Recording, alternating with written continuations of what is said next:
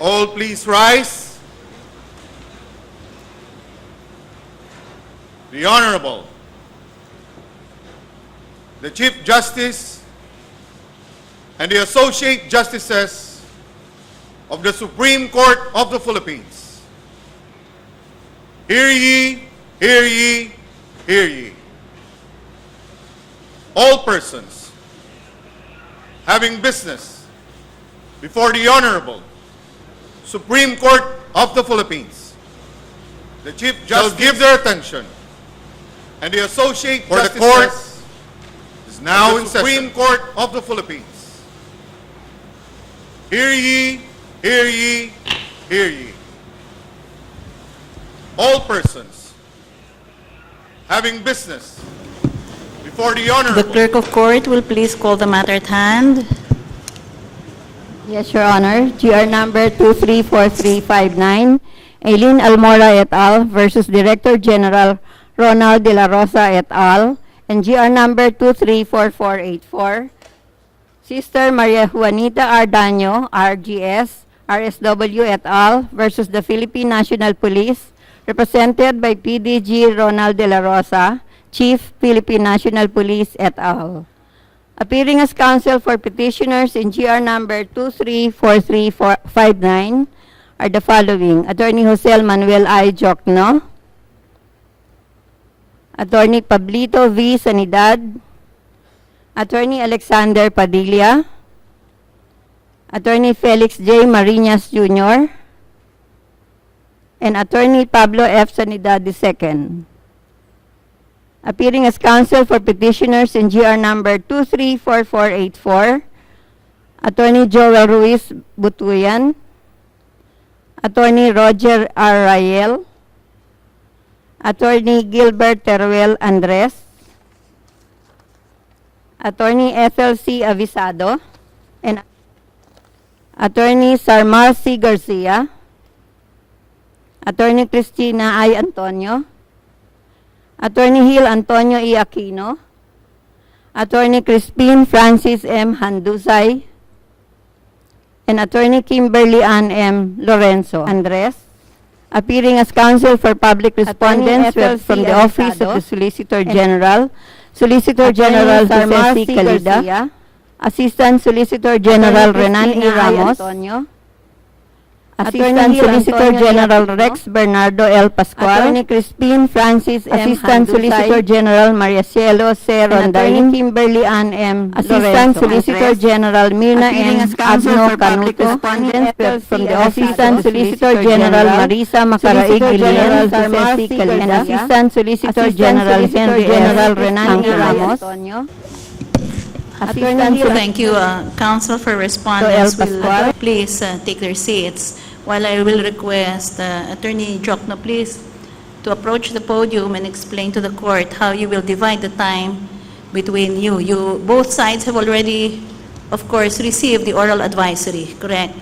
Okay, please, you can take your seats. Thank you, Your Honor. Good afternoon. I conferred with Attorney Butuyan yesterday, and we decided to divide the issues as follows. I have already sent an email to the Clerk of Court of the Honorable Court informing her of the division of issues. On the main issues, Your Honor, both of us will address both main issues. On the procedural sub-issues, Attorney Butuyan will take care of letters A and B, whether a class suit is proper and whether petitioners have standing to file the petition, because in the comment, it was their standing that was questioned. I will take care of letters C and D, that is whether the Supreme Court has jurisdiction over the instant petition and whether a petition for prohibition and Amparo can be joined in one petition. For the last two procedural sub-issues, letters E and F, both of us will have to address that because the arguments of the Solicitor General pertain to both petitions. As far as the substantive sub-issues are concerned, I will take care of letter A, whether the PNP and the ILG circulars have legal basis, and Attorney Butuyan will take care of letter B, whether the acts authorized or conducted under the authority of these circulars violate the Constitution and several laws and administrative provisions. As far as the letter C is concerned, whether the acts authorized or conducted violate the ICCPR and the Minnesota Protocol, among others. Attorney Butuyan will take care of that. And as to the last sub-issue, whether petitioners are entitled to the interim relief sprayed for, both of us will address that issue, Your Honor. You will divide the 20 minutes equally. It was my understanding, Your Honor, and we had prepared for a presentation each of 20 minutes. If we may be allowed to that time.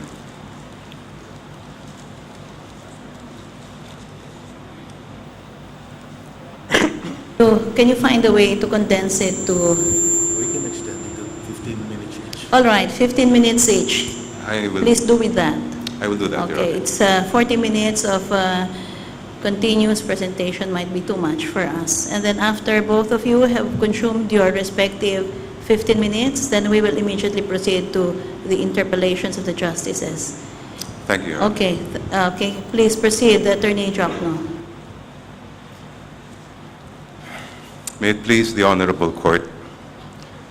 The cases at bar raise many issues before this Court.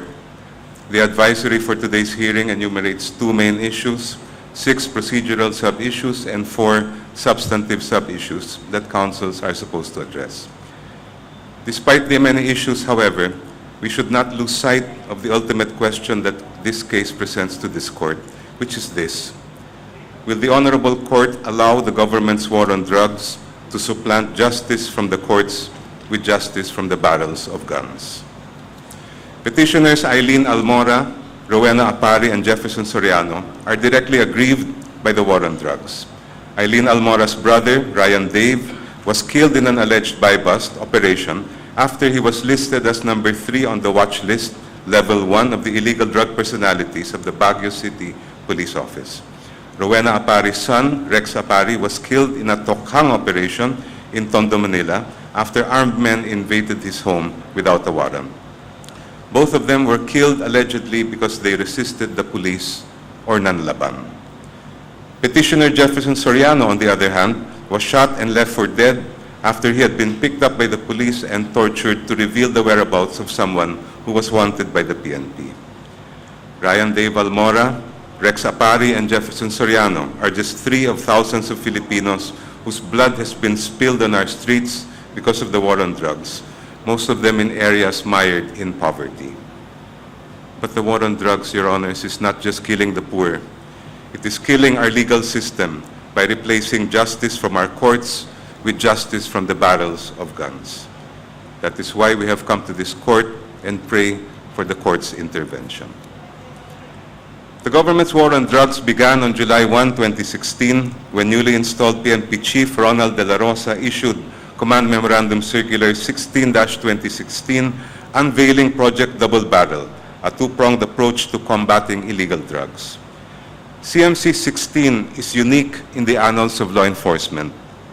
Instead of directing the police to apprehend and prosecute drug users and pushers, it expressly commands the police to neutralize and negate them. Instead of directing the police to redouble their efforts to gather evidence to convict drug users and pushers, it orders the police to compile names of suspected quote-unquote illegal drug personalities for the purpose of neutralizing and negating them. Instead of directing the police to obtain search warrants from the courts in order to raid the houses of these illegal drug personalities, it requires them to conduct warrantless house-to-house visitations and to negate those who deny or refuse to be visited. Based on PNP Chief De La Rosa's 1-year report, the government's war on drugs, as operationalized by CMC 16, has resulted in the deaths of 3,264 so-called drug personalities and 141 so-called high-value targets, not to mention the thousands of others killed by death squads who roam our streets with impunity. Never in the history of our country has this happened before. It is our hope that this court will see to it that it will not happen again. CMC 16 clearly and repeatedly orders the police to neutralize and negate suspected criminals. I quote directly from the circular in question, from pages 1 and 2, quote, "This command memorandum circular sets forth the general guidelines, procedures, and tasks of police officers in the conduct of Project Double Barrel, in support of the barangay drug clearing strategy of the government and the neutralization of illegal drug personalities nationwide. From page 3, the PNP intends to equally address illegal drug problems in the barangays and at the same time pursue the neutralization of illegal drug personalities. From page 15, the PNP will conduct intensified anti-illegal drug operations by focusing on the neutralization of street-level drug personalities. From page 16, tasks, focus teams, neutralize high-value and street-level targets to include their support system, drug lords, their protectors, coddlers, and supporters. From page 5, any person suspected to be involved in illegal drug trafficking who denies or refuses the house-to-house visitation shall be referred to the anti-illegal drug units for immediate negation. And from Annex A of the circular, continuous conduct of house visitations and referrals for negation. Unlike arrest, search, and seizure, however, Your Honors, neutralization and negation are not legal terms. They have no counterpart in law. But in police parlance, as used by no less than the chief of the PNP himself, to neutralize means to kill. On September 28, 2016, PNP Chief De La Rosa told the press, and I quote, "We have received information na itong general na mayayaman na ito nakapag-ipon na ng pera na pinagpopondohan na kami para ma-neutralize." On November 14, 2016, PNP Chief De La Rosa publicly announced, and I quote, "Mas ipaprioritize ko yung pulis na nangungurakot sa inyo, ipaprioritize ko silang in-neutralize." Continuation of quote, "I will neutralize them." Kaya warning ito sa mga pulis natin na umiikot dyan. Ginagamit yung war on drugs para sa pangungutong. "I will break your neck," literally. Babaliin ko yung leeg nyo, literally yan. Tingnan natin, he said. When Chief De La Rosa told the public that drug lords were putting up money to have him neutralized, he obviously did not mean that they were going to have him arrested or prosecuted. He meant only one thing, and that is that they were out to kill him. When Chief De La Rosa publicly warned the police that he will neutralize them and added in the same breath that he will break their necks, literally, he obviously did not mean that he will arrest them or put them in jail. He obviously meant that he would literally break their necks. Speech, as the saying goes, is the index of intention. These public declarations by Chief De La Rosa are not hearsay. They are extrajudicial admissions that are admissible under Section 26, Rule 130, which provides that the act or declaration of a party as to a relevant fact may be given in evidence against him. As this court held in People v. Andan, statements spontaneously made to news reporters in a televised interview are deemed voluntary and are admissible in evidence against the party who made them. But that is not all. The PNP itself, in at least one Oplan Barrel report, used the term neutralize to mean kill. I quote, "Neutralize is better. PNP ditches kill term in Oplan Double Barrel report."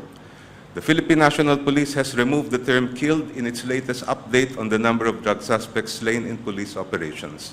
The PNP's update on the progress of the Oplan Double Barrel on Tuesday used the word neutralized instead. In its latest report on Oplan Double Barrel, the PNP said a total of 1,661 drug suspects have been neutralized and 29,910 have been arrested in 31,215 operations conducted from July 1 to 6 a.m. of October 18. CMC 16, in other words, expressly authorizes the police to kill suspected illegal drug personalities in the guise of neutralizing or negating them, without the benefit of a trial and without due process of law, in violation of the Bill of Rights.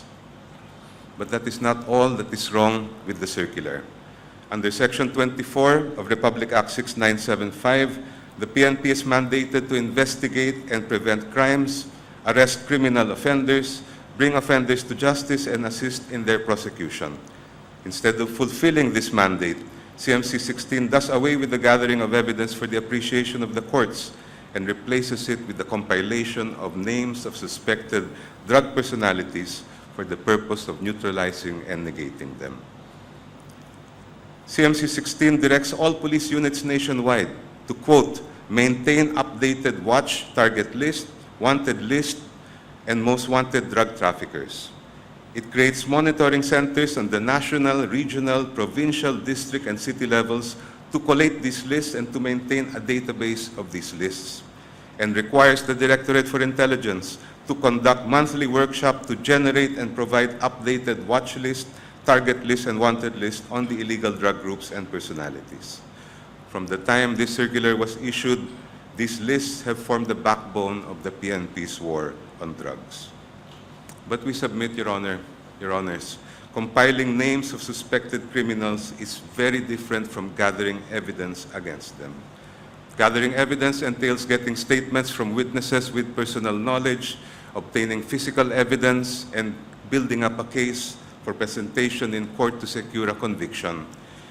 The safeguards in the gathering evidence are built into the system, for it is the courts that will decide if the evidence is admissible or not. The process is transparent and done publicly. Under CMC 16, however, anyone can submit a name to the PNP, even if they have no personal knowledge of that person's involvement in illegal drugs, even if they merely believe or suspect, rightly or wrongly, that that person is involved in illegal drugs. And there are no adequate safeguards because there is no neutral third party like a judge that will determine if the names should really be on that list. While CMC 16 states that the list shall be validated, the validation is internal, it is done in secret, and there is no mechanism for having your name removed once it appears on the list. These watch lists, target lists, and wanted lists are still in the possession of the PNP and pose a grave danger to the life, liberty, and security of the persons whose names appear on those lists. Persons, I must emphasize, who are presumed innocent because they have not yet been proven guilty before a court of law. And because these lists are secret, Your Honors, anyone's names, even those who are here today, could find their way into these lists and they would never even know it. Which is exactly what happened to Petitioner AILEEN Almora's brother, Ryan Dave Almora, who was number 3 on the watch list level 1 of the Baguio Police. Once his name was on the list, he became a target, and in his case, he ended up dead. There is a third reason, Your Honors, why CMC 16 is unconstitutional, and this is because the house-to-house visitations it directs under Project Tokhang are based on mere suspicion and the furtive fingers of unknown informants, are meant to circumvent the requirement of a search warrant issued by a judge, are offensive to the presumption of innocence, and are not meant to persuade drug offenders to stop their illegal drug activities, but rather to negate those who deny or refuse the visit.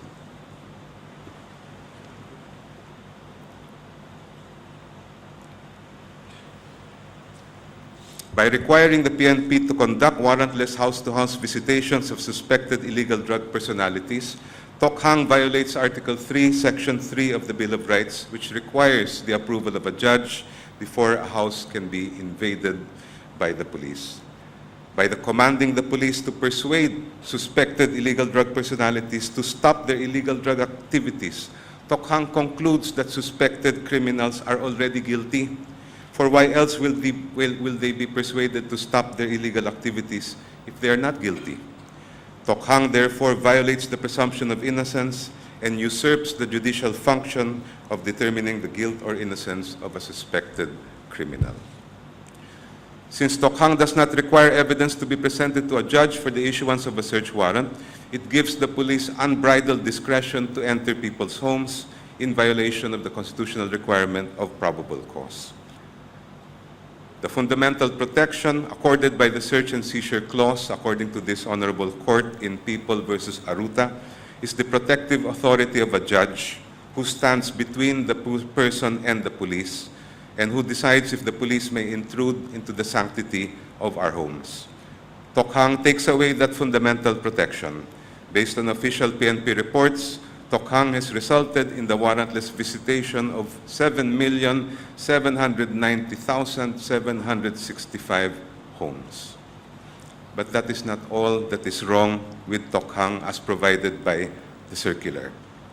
By directing that any person suspected to be involved in illegal drug trafficking who who denies or refuses the house-to-house visitation shall be referred to the anti-illegal drug units for immediate negation. The circular can easily be construed as authorizing the police to take shortcuts to negate uncooperative residents, even if these shortcuts violate the constitutional command that no one may be deprived of life, liberty, or property without due process of law. The Solicitor General argues in his consolidated comment that PNP Chief De La Rosa had the authority to promulgate CMC 16 under Section 26 of RA 6975, which provides that the PNP Chief shall have the power to direct and control tactical as well as strategic movements, deployment, placement, utilization of the PNP. I beg to disagree. CMC 16 does not merely direct and control tactical as well as strategic movements, deployment, placement, and utilization of the PNP. It radically alters the mandate of the police. It authorizes extralegal killings and home invasions without a search warrant, and tramples on basic rights enshrined and guaranteed by our Constitution. As such, CMC 16 exceeds the authority of the PNP Chief and therefore is ultra vires. The same is true, Your Honors, please, for the ILG Memorandum Circular 2017-112, which establishes a system for the anonymous reporting of suspected drug users and drug dealers in every barangay.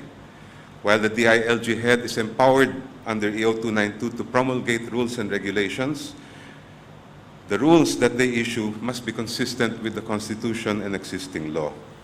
MC 112, like CMC 16, violates the Constitution and existing laws by allowing any Tom, Dick, and Harry to anonymously report suspected drug users and pushers. It institutionalizes what CMC 16 operationalized, a nationwide system of unknown informants whose furtive fingers could point to anyone. There's one other ground, if Your Honor, please, that we just actually discovered very recently, and it is that PNP 16-2016 and the ILG MC 112 were not filed with the UP Law Center. I have with me, if Your Honors, please, official copies of the certifications from the UP Law Center to that effect, as well as photocopies which we will provide to the Honorable Court. May I know how much time I have left? Attorney Anama, how much time does Attorney Jokno have?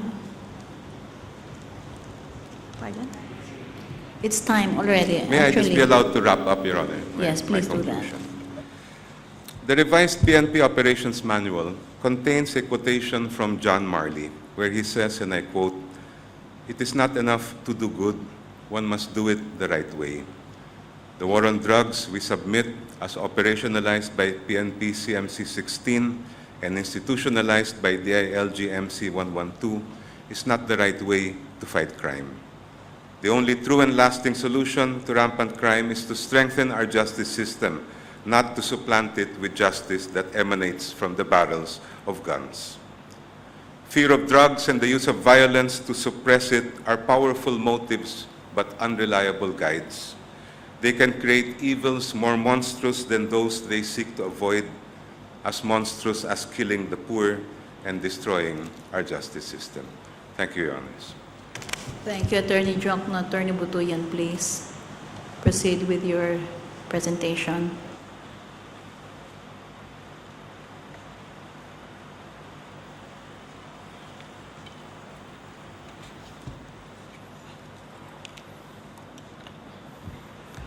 Good afternoon, Your Honors. May it please the Court. Your Honors, the outline of my submissions will be as follows, and they traverse the issues identified by this Honorable Court. Number one, the government admits that state agents are involved in thousands of deaths resulting from police operations, and these killings are anchored on a government circular. Number two, the highest officials of our country have encouraged the police to do more killings and have assured the police of protection and pardon. Number three, Command Memorandum Circular 16-2016, which is the basis of police operations that have resulted in thousands of killings, violates the Bill of Rights, statutes, and administrative rules. Number 4, there is an ongoing war against the Bill of Rights in our Constitution. Number 5, the implementation of the Memorandum Circular on a nationwide scale endangers the rights to life, liberty, and security of all citizens of the country, and most especially all the residents of San Andres Bukid. Every resident, by way of a class suit, has the right to seek for protection for a collective or community writ of amparo. Your Honors, the Supreme Court, in its 116 years of history, has never been confronted with a case of this magnitude and importance. Never in our history as a people has it happened that state agents, our policemen, have admitted to being responsible for thousands of civilian killings. And never in our history as a country has thousands of killings been justified on the basis of a government circular. In all the previous Amparo cases brought before this honorable court, the participation of state agents in the killings or disappearances was vehemently denied by police and military forces, and there were no government circulars upon which the killings or disappearances were anchored. In this case, however, state agents themselves admit to having caused thousands of the killings, and there is a government circular that is invoked as basis for all these police killings. By the own admission of the Philippine National Police, 3,800 suspected drug personalities were killed by policemen in police operations they conducted from July 2016 to October 2017. These numbers are very conservative because of the following. Number 1, they do not include vigilante killings, many of which are suspected of being perpetrated in conspiracy with or upon the directive of police forces. Number 2, they do not factor in the fact that private organizations have counted the number of killings to more than 13,000 already. But even with these 3,800 deaths in the hands of policemen, this number of killings has already surpassed the 3,200 deaths during the entire 9 years of martial law under the Marcos dictatorship. In the San Andres Bukid community that we represent, the number and the nature of the killings are as follows. Number 1, of the 35 deaths documented in our petition, 23 deaths were at the hands of policemen. That's 60% of all the deaths. Number 2, of the 23 police killings, 19 were killed in alleged and supposed buy-bust operations conducted by policemen of Manila Police Station 6. Number 3, of the 35 deaths, 21 were killed either inside their own home or in the home of other slain victims. Number 4, of the 35 deaths, 24 were killed during a quote-unquote kill time pattern period from 10 p.m. to 3 a.m., including the supposed buy-bust operations. And number 5, 18 of the slain victims' family members, relatives, neighbors, or friends were taken into custody and or detained and subsequently charged. By virtue of the undisputed participation of the police in many of these killings, there is an obligation on the part of the policemen involved and their superiors to submit themselves to inquest or preliminary investigation proceedings before the prosecutors. This is pursuant to the PNP operational procedures. Moreover, Your Honor, the prosecutors have the duty to conduct inquest or preliminary investigation pursuant to DOJ Circular 61. But in all the 23 deaths in the hands of policemen in San Andres Bukid, there was not a single death incident that was submitted to the prosecutor for investigation. Judging by the fact that not a single one of the relatives or witnesses of the victims has been invited to any kind and form of investigation. The fact that the police do not submit themselves to investigation by prosecutors betrays a frame of mind that the policemen consider themselves to be the sole, the final, and unassailable judges of the legality of the killings that they perpetrate. They virtually consider themselves to be immune from judicial inquiry into the legality of their killings. They consider themselves to be above the law. This is out and out impunity, Your Honors. And why would the police not consider themselves to be above the law? The highest officials of our country have publicly and repeatedly encouraged policemen to do more killings. and they have even assured them of protection and even pardon. President Rodrigo Duterte has made the following statements on various occasions. Number one, quote, Hitler massacred 3 million Jews. Now there are 3 million drug addicts. I'd be happy to slaughter them, unquote. Number two, he also declared that fish in the Manila Bay would be fattened by eating the bodies of drug suspects killed. Number three, he said that he will provide a, quote, pre-signed form, unquote, to law enforcers, which assures the latter of a presidential pardon should they get prison terms for deaths during encounters with criminals. Number four, he also suggested that police plant evidence and guns in crime scenes to make it appear as though they fought back. Number five, he told policemen, quote, I will be there to protect you, do your duty, and if in the process you killed 1,000 persons because you were doing your duty, I will protect you, unquote. On the other hand, the Philippine National Police, through its spokesperson, declared that there is not a single case of extrajudicial killing in the Philippines. This is a complete absolution of any wrongdoing by policemen on the killings that they have perpetrated. Justice Secretary Vitaliano Aguirre declared that drug addicts and drug pushers are not humans. They are not part of humanity, and therefore killing them does not amount to, quote, crime against humanity, unquote. House Speaker Pantaleon Alvarez also stated that he personally has no problem with vigilante killings and that he would prefer a shoot-to-kill order on criminals. Even Solicitor General Jose Calida was reported by the media as stating that the killings that were happening were not enough and that he was urging the police to kill more.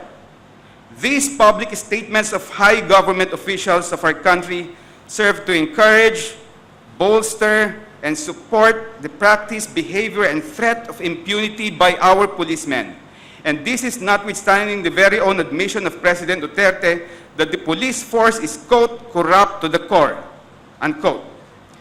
In addition to the encouragement by top government officials for the police to commit impunity, the police are emboldened to commit impunity because they feel they are supported by a specific command circular issued by their superior. Your Honors, our petition only seeks protection for our clients because we are bound by the wishes of our clients. Because of constant fear, all they seek is protection for their families. They are afraid to frontally confront the government. But we are raising the fact that it is the CMC which emboldens the police to violate the rights to life, liberty, and security of the petitioners. It is the CMC that fosters acts of impunity, whether in the guise of tokhang, buy-bust, hot pursuit, service of warrant, and all kinds of police operations. It is because of the CMC that policemen feel invincible when they trample upon the constitutional rights of our people. As an officer of the court, and because of the issues mandated by the Supreme Court in its advisory, I am not forbidden from sharing my personal position on the constitutionality of the subject CMC. I earnestly believe that Operation Tokhang is illegal, both on its face in the subject CMC and in its adopted practice of implementation. The conduct of Tokhang as directed in the CMC violates Article 3 of the Constitution, particularly the rights of persons under investigation, the rights of the accused, the rights against unreasonable searches and seizures, and the rights to life, liberty, and security, among others.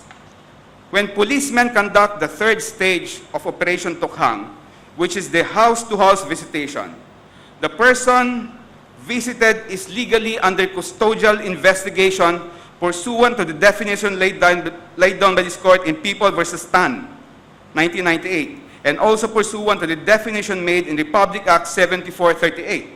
The rights of persons under investigation under Section 12 of Article 3 of the Constitution kicks in, and this is not observed in the subject CMC.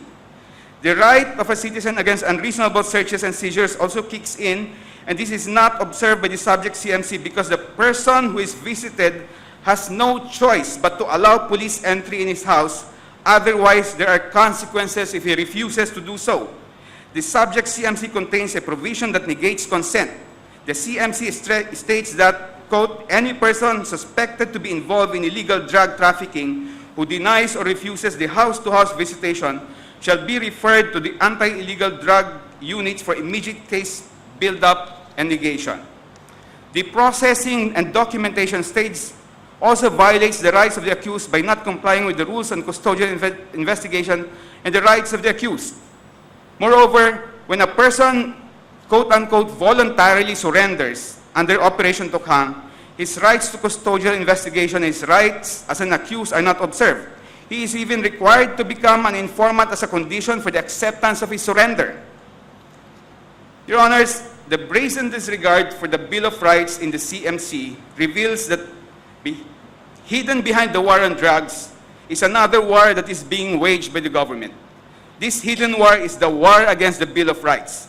It is a war to dilute, to render sterile, or even to completely render irrelevant the Bill of Rights in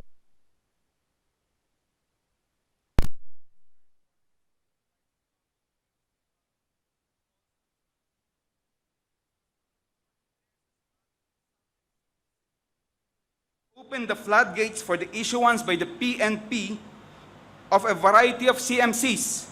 Nothing can prevent the PNP thereafter to issue a CMC to wage war against corruption, a CMC to wage war against gambling, and a CMC to wage war against suspected communists and activists. In all these subsequent wars, the police can do all the things that are now lamentably happening in the current war on drugs. Your Honors, our rights to life, liberty, and security, as well as all our constitutional rights that ensure protection against an abusive government, are hard-won rights in all the wars and struggles that we as a people have waged in our revolution against Spain, in our war against the US and Japan, in our struggle against the Marcos dictatorship. So much blood has been shed to obtain and protect these fundamental rights for us. May the members of this honorable court remember the lives sacrificed by our ancestors and our heroes for us to enjoy these fundamental rights.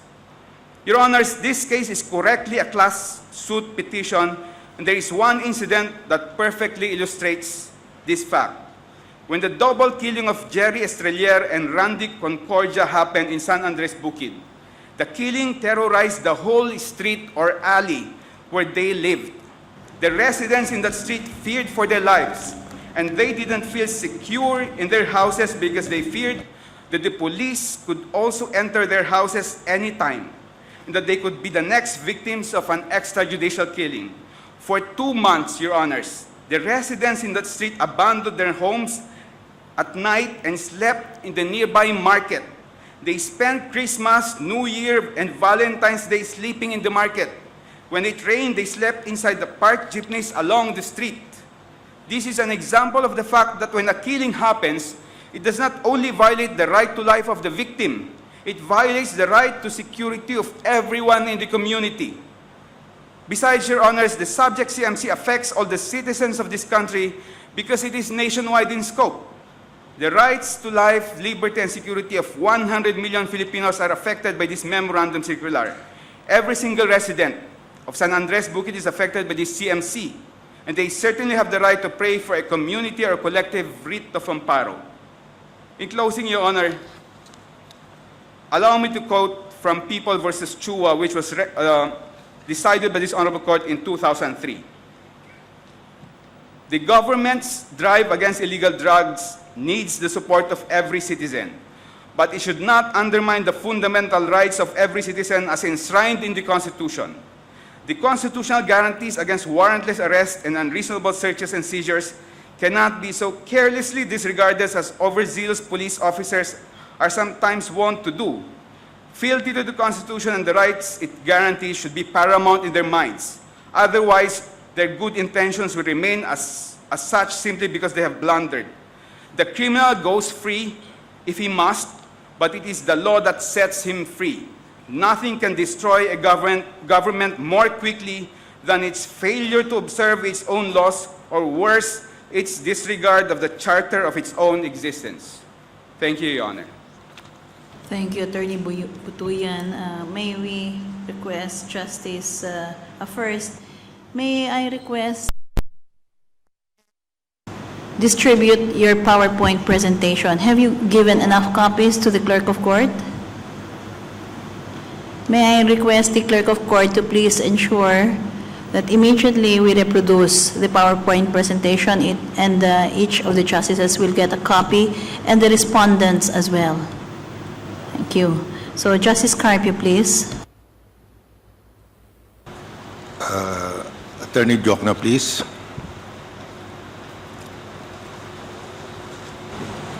Good afternoon, Your Honor. Okay, counsel, can you point to me the PNP document that first used the words neutralize, neutralization, and negation? I am not aware of any other PNP document except CMC 16-2016 that uses those terms, Your Honor, and uses it in the manner and in the number that they are used in that circular. Okay, PNP, revised PNP Manual of Anti-Illegal Drugs Operations and Investigation issued in February of 2014 uses the terms neutralize, neutralization, and negation. You check that out because Yes, Your Honor. it's repeatedly used in that manual, and that manual was issued in February of 2014 during the last administration when the head of the DILG was Secretary Marojas. If I may, Your Honor, I did some research into the use of that term. Apparently, neutralization is a term that has been used both here and in the United States and in other countries to refer to several different things. In some contexts, it means to kill. In other contexts, it means to repel. But our argument in this particular case, Your Honor, is how do the police understand that term? Considering the fact that the PNP chief himself uses the term to mean kill, and that in at least one PNP report, they replaced the word killed with the word neutralized, then we believe that the circular could easily be construed by any police officer to mean the word kill because of the term neutralization. Okay, on August 9, 2016,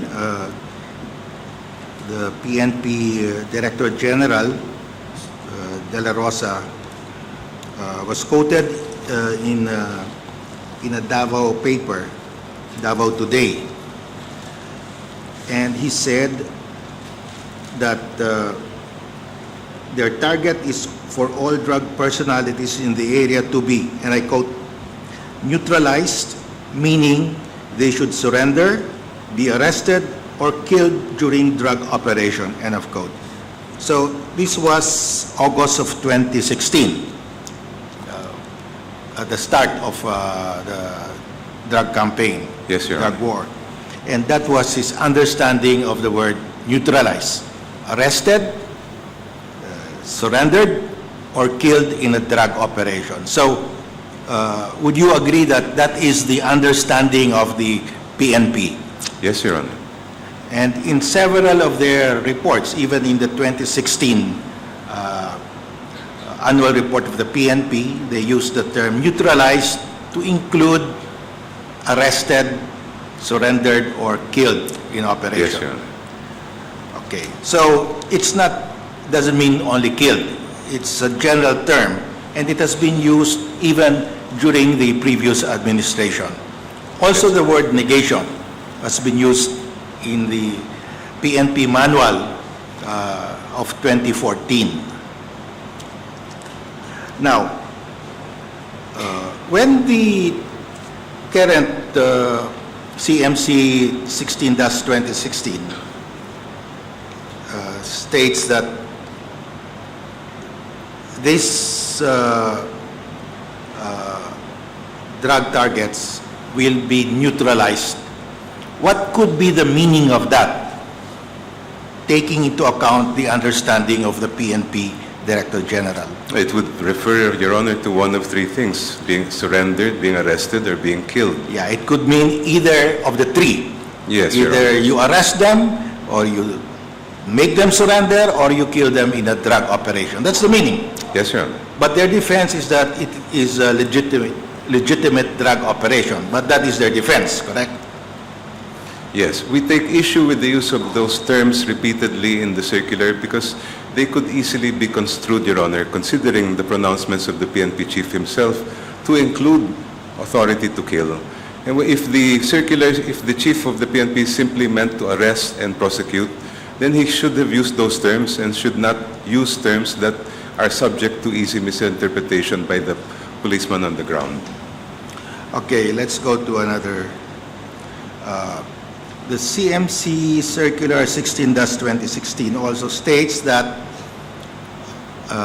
in Operation Tokhang, if the household people deny or refuse entry, they will be subject to a case build-up and negation.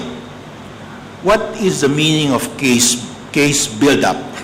Well, if it's only case build-up, Your Honor, that to me means evidence, gathering of evidence against that person. And I would have no problem if the circular ended with case build-up. What we question is why they had to add the term negation when that term has no counterpart in law, and that term now invites the police officer on the ground to interpret it the way he would understand it, Your Honor. Okay, when is the police justified in making a case build-up? When any illegal activity is brought to their attention, Your Honor, then they are supposed to gather evidence, Yeah, bring it to the prosecution. when there if is a they have suspect. enough. Yes, Your Honor. Now, when they go to the house under Operation Tokhang, they knock on the door and the household people refuse to allow them to enter. Is that sufficient ground to consider the household people suspects? I That they don't- will now be subject to a case build-up? I don't believe so, Your Honor, because it is the right of every citizen to refuse an entry if there is no search warrant, and So- that should not be taken against the person who What refuses. right is violated when the police conduct a case build-up because they were refused entry into a private home? Well, the rights enshrined in Section 3, Article 3 of the Constitution against unreasonable search and seizure, the right to be presumed innocent until proven otherwise in court, these are among the rights that are violated when that happens. The right to privacy. They may Yes, Your refuse anybody to enter their home, correct? Yes, Your Honor. So when the police conducts a case build-up just because they were refused entry, they violate actually the right to privacy, correct? Yes, that is correct, Your Honor. How about negation? What is the meaning of negation in that CMC 16-2016? Again, Your Honor, that term is subject to various interpretations by the officer on the ground, including interpretations that could easily mean shortcuts, and that is why we question it. In that particular provision cited by Your Honor, they say if the person refuses to be visited, then he must be referred for immediate case build-up. That's fine. But when they add "and negation," that leaves a lot of unbridled discretion to the police to decide what negation means, because there's no definition in law Now, of that term. the word negation was used also in the 2014 manual. So it's not new. What you're saying is that it's vague. It can be interpreted in many It ways. could be construed to allow shortcuts or even to encourage shortcuts on the part of the police, Your Honor. Yeah, so if it could be interpreted in many ways, per se, you cannot claim that the manual or the circular is unconstitutional because of that. You have to show in the implementation, they actually violate constitutional rights. If Not, it- you cannot declare it unconstitutional facially because it's subject to many interpretations, correct? If it were only the use of the term negation in isolation, Your Honor, perhaps I might agree, but the repeated use of both terms, neutralization and negation, coupled with the declared understanding of the PNP chief that neutralization includes killing, that we submit is unconstitutional. Okay, thank you, Counsel. I'll ask Attorney Butuyan.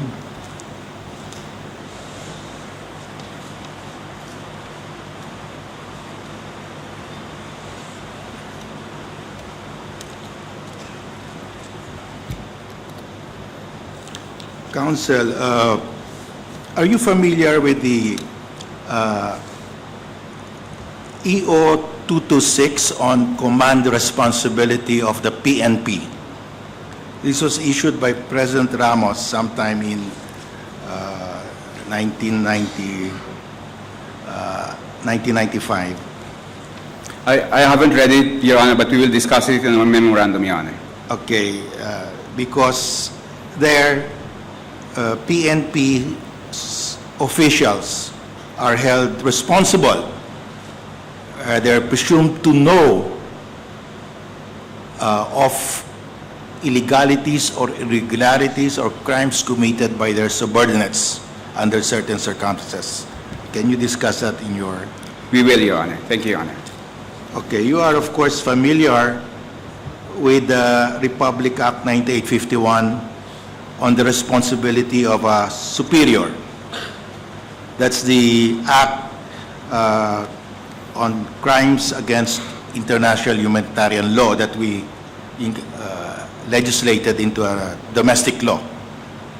Now, there is a provision there on responsibility of superiors for acts committed by their subordinates.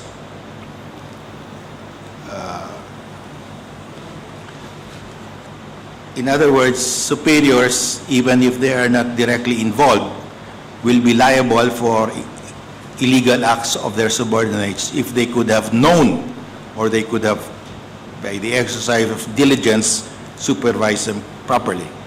Now, you discuss that also. We will, Your Honor. Thank you, Your Honor. Because if you can show that there were really illegal acts during the operations, and this is widespread all over the country, correct? Yes, Your Honor. Now, how many people have been killed in Operation Tokhang so far? Your Honor, as of October 2017, the official figures of the PNP is 3,800, Your Honor. But private groups, they number it at, they total it at more than 13,000, Your Honor. 3,800 are those who were killed in legitimate drug operations, according to the Quote-unquote police. legitimate, Your Honor. Yes, but that excludes those who were killed by vigilantes Yes, Your Honor. or deaths under investigation. Yes, Your Honor. So what will be the total if you add all of them? If I remember correctly, Your Honor, in the official PNP figures, they total the number of deaths under legitimate quote-unquote police operations to 3,800, and the deaths under investigation, so-called, Your Honor, is about 2,500, Your Honor. As of? As of October 2017, Your Honor. That's the Okay. figures of the PNP, Your Honor. Let us say, let's just take a figure of around 5,000. Yes, Your Honor. Or bring it down to 3,800, what was reported by the police. Is that considered widespread already? Widespread occurrences of people killed in police operations? Is that widespread? It is widespread, considering that these killings happened in just over a year, Your Honor, compared to the martial law figures, Your Honor. Is that, were the killings systematic? It is systematic, Your Honor. If we go by our experience in San Andres Bukid, because there are many commonalities, Your Honor. So you are saying the killings have been widespread and systematic. Yes, Your Honor. What is the consequence if the killings are widespread and systematic? I suppose it's going to, it can be tantamount to crimes against humanity, Your Honor. And we have adopted that under Philippine laws, correct? Yes, Your Honor. Under Republic Act 9851. Yes, Your Honor. In fact, we have acceded to the ICC jurisdiction, Your Honor. Okay, thank you, Counsel. That's all. Thank you, Your Honor. Justice Bernabe. Okay, good afternoon, Council. Now, the ALMORA petition is captioned for writs of Amparo. injunction and prohibition, temporary protection order, and temporary restraining order. Now, there are special procedural rules governing a prohibition action and an Amparo proceeding. Prohibition is governed by Rule 65 of the Rules of Court, while the rule on Amparo is governed by AM 0719 SC. Now, if you go over them, are the parameters found in each of these rules identical or are they different? They are not identical, Your Honor. There are some requirements in one rule that may not be present in the other. So there are distinct sets of rules for each proceeding. Yes, Your Honor. But in our petition, we, as much as possible, complied with both the requirements of both. But you merge them in one petition. Yes, Your Honor. Okay. Now, is that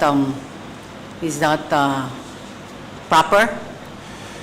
The Solicitor General argues that it is a violation of Rule 2, Section 5, but we beg to disagree, if Your Honor, please.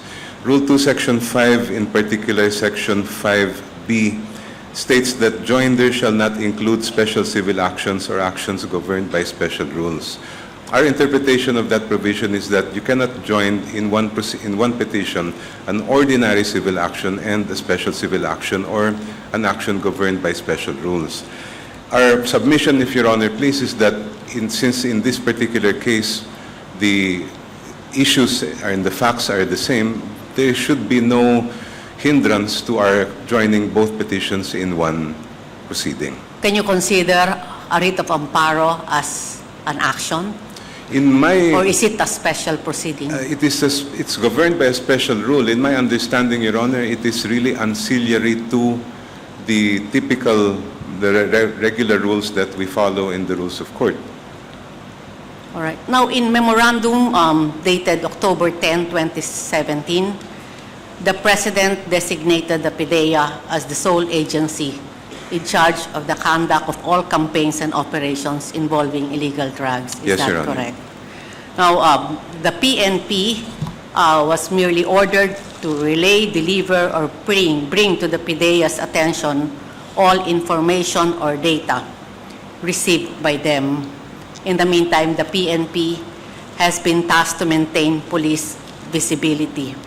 Now, does the President's subsequent issuance of this October 10, 2017 memorandum render moot the petition for a writ of prohibition against CMC 16, 2016?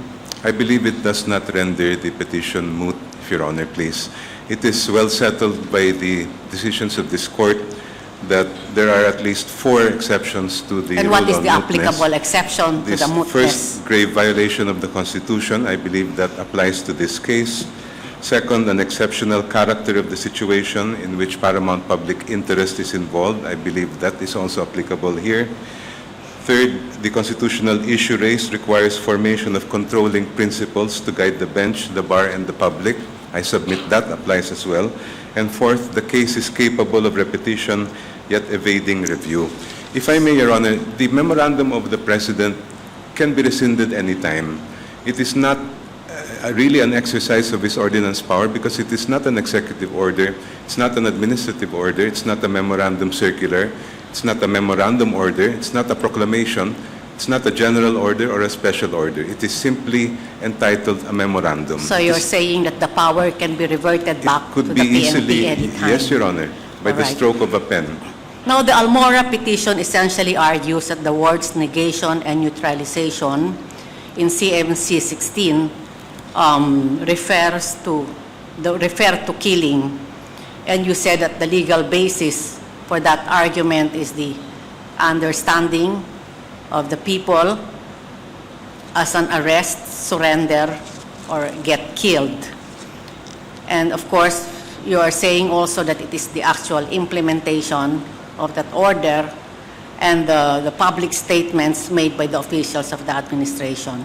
Now, how do you reconcile these public statements with the coordinating instructions of CMC 16, wherein it is explicitly stated in item 8.E, please go over it, that all operations shall conform with the provisions of RA 9165, the rules of court, and strictly observe the rights of the accused enshrined in the Bill of Rights under the Philippine Constitution, other allied laws, rules and regulations, as well as the internationally accepted principles of international laws, public policy, and with due observance of human rights. It is true, Your Honor, that that provision is there, but it is our submission that that simply pays lip service to these constitutional principles because the operative words that are found repeatedly throughout the circular are the words neutralization and negation. So you are saying that these statements are there but they are not being followed? They're just simply, they were there, Your Honor, to pay lip service to these requirements, but they're not intended to provide limitations to the conduct of the police. No. And insofar, Your Honor, as the term neutralization and negation is concerned, there is a maxim of construction which states that words are to be understood in the context in which they are used. And we submit that by the words being used by the PNP chief himself and by the PNP as an organization, equating neutralizing with killing, there's no other way. The police would easily be susceptible to understanding it in the same manner. Now, both the ALMORA and DANO petitions seek numerous reliefs from the court in relation to their petitions for a writ of amparo. Among the provisional reliefs, the ALMORA petition seeks a temporary protection order, prohibiting respondents or any of their agents or representatives from entering into a radius of 1 kilometer from petitioners' respective residences and places of work. Now, first of all, is this relief warranted under the rules? Your Honor, I believe that that was the prayer of the other petition, not ours. Okay, can I call the counsel there?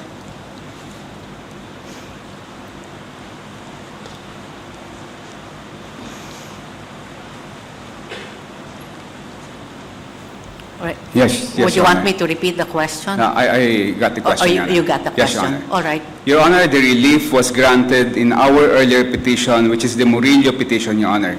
When we filed it, Your Honor, the Supreme Court granted a 1 kilometer radius protection, Your Honor, for our clients, Your Honor, until the case was decided by the Court of Appeals, Your Honor. Okay, would not this be tantamount to the court imposing a police-free zone that would also prove detrimental to the safety and welfare of others residing within that area? Your Honor, we are not against all police operations. We are against police operations which violate the Constitution and violate the law, Your Honor. If the police, Your Honor, would institute procedures which are pursuant to the PNP manual, which is very detailed, Your Honor, as to the steps that the police are supposed to take, Your Honor. Your Honor, we have no objections, Your Honor. All right. Now, the ALMORA petition also seeks the issuance of a temporary protection order prohibiting respondents or any of their agents from harassing, threatening, arresting, or physically harming petitioners and their immediate families. Now, what is the evidentiary basis for petitioners to support the issuance of this order? We attached to our petition, Your Honor, the affidavits of the petitioners. In the affidavit of Rowena Apari, she attested that even after the killing of Rex Apari, her son, the same persons who were responsible for the killing were seen repeatedly in the vicinity. In fact, both Rowena Apari and Jefferson Soriano, the other petitioner, have left the places of where their And you relatives believe- were And you shot. believe that these affidavits constitute substantial evidence? Yes, Your Honor. In the case of Jefferson Soriano, he survived a shooting and still continuously fears for his life that he will be still the target of a killing. Okay, can I call Attorney Butuyan again? Now, the DANO petition seeks that respondent, their officers or agents be prohibited from maintaining a drug list and the officials of all 28 barangays of San Andres Bukid from coming up or submitting a list of alleged drug pushers. Now, both reliefs are sought until respondents' full compliance with, among others, a regulatory assurance against arbitrariness, bias, and criminal machination. Now, first, is this relief founded under any provision of the Amparo rule? It is founded on the experience of our clients in San Andres, Your Honor. Because what happens, Your Honor, is that the police, they force the barangay captains, Your Honor, to come up with names. And in our experience, some, and actually several of the victims who died already, Your Honor, are some of the names that were included in the list. And we have reports that the police threatened the barangay officials, Your Honor, if they do not come up with a regular list that they report to the police, Your Honor. So we want a system that would not make this arbitrary, Your Honor, and it would comply with rules, with laws and regulations, Your Honor. Now, would this not constitute a breach of the domain of the intelligence gathering prerogatives of the executive department? Well, insofar as the conduct of the police is concerned, Your Honor, it violates our laws, Your Honor. We want them only to comply pursuant to law, Your Honor. Now, how do you propose to have the compliance for this regulatory assurance against arbitrariness, bias, and criminal machination? How do you propose that this be implemented? What is your proposal for its implementation? Your Honor, if the persons who are supposed to be reported to them, Your Honor, are given the chance to submit their own evidence or to explain their side, Your Honor, so that there's going to be transparency and there's going to be due process, Your Honor, that would be an option, Your Honor. What other options do you have?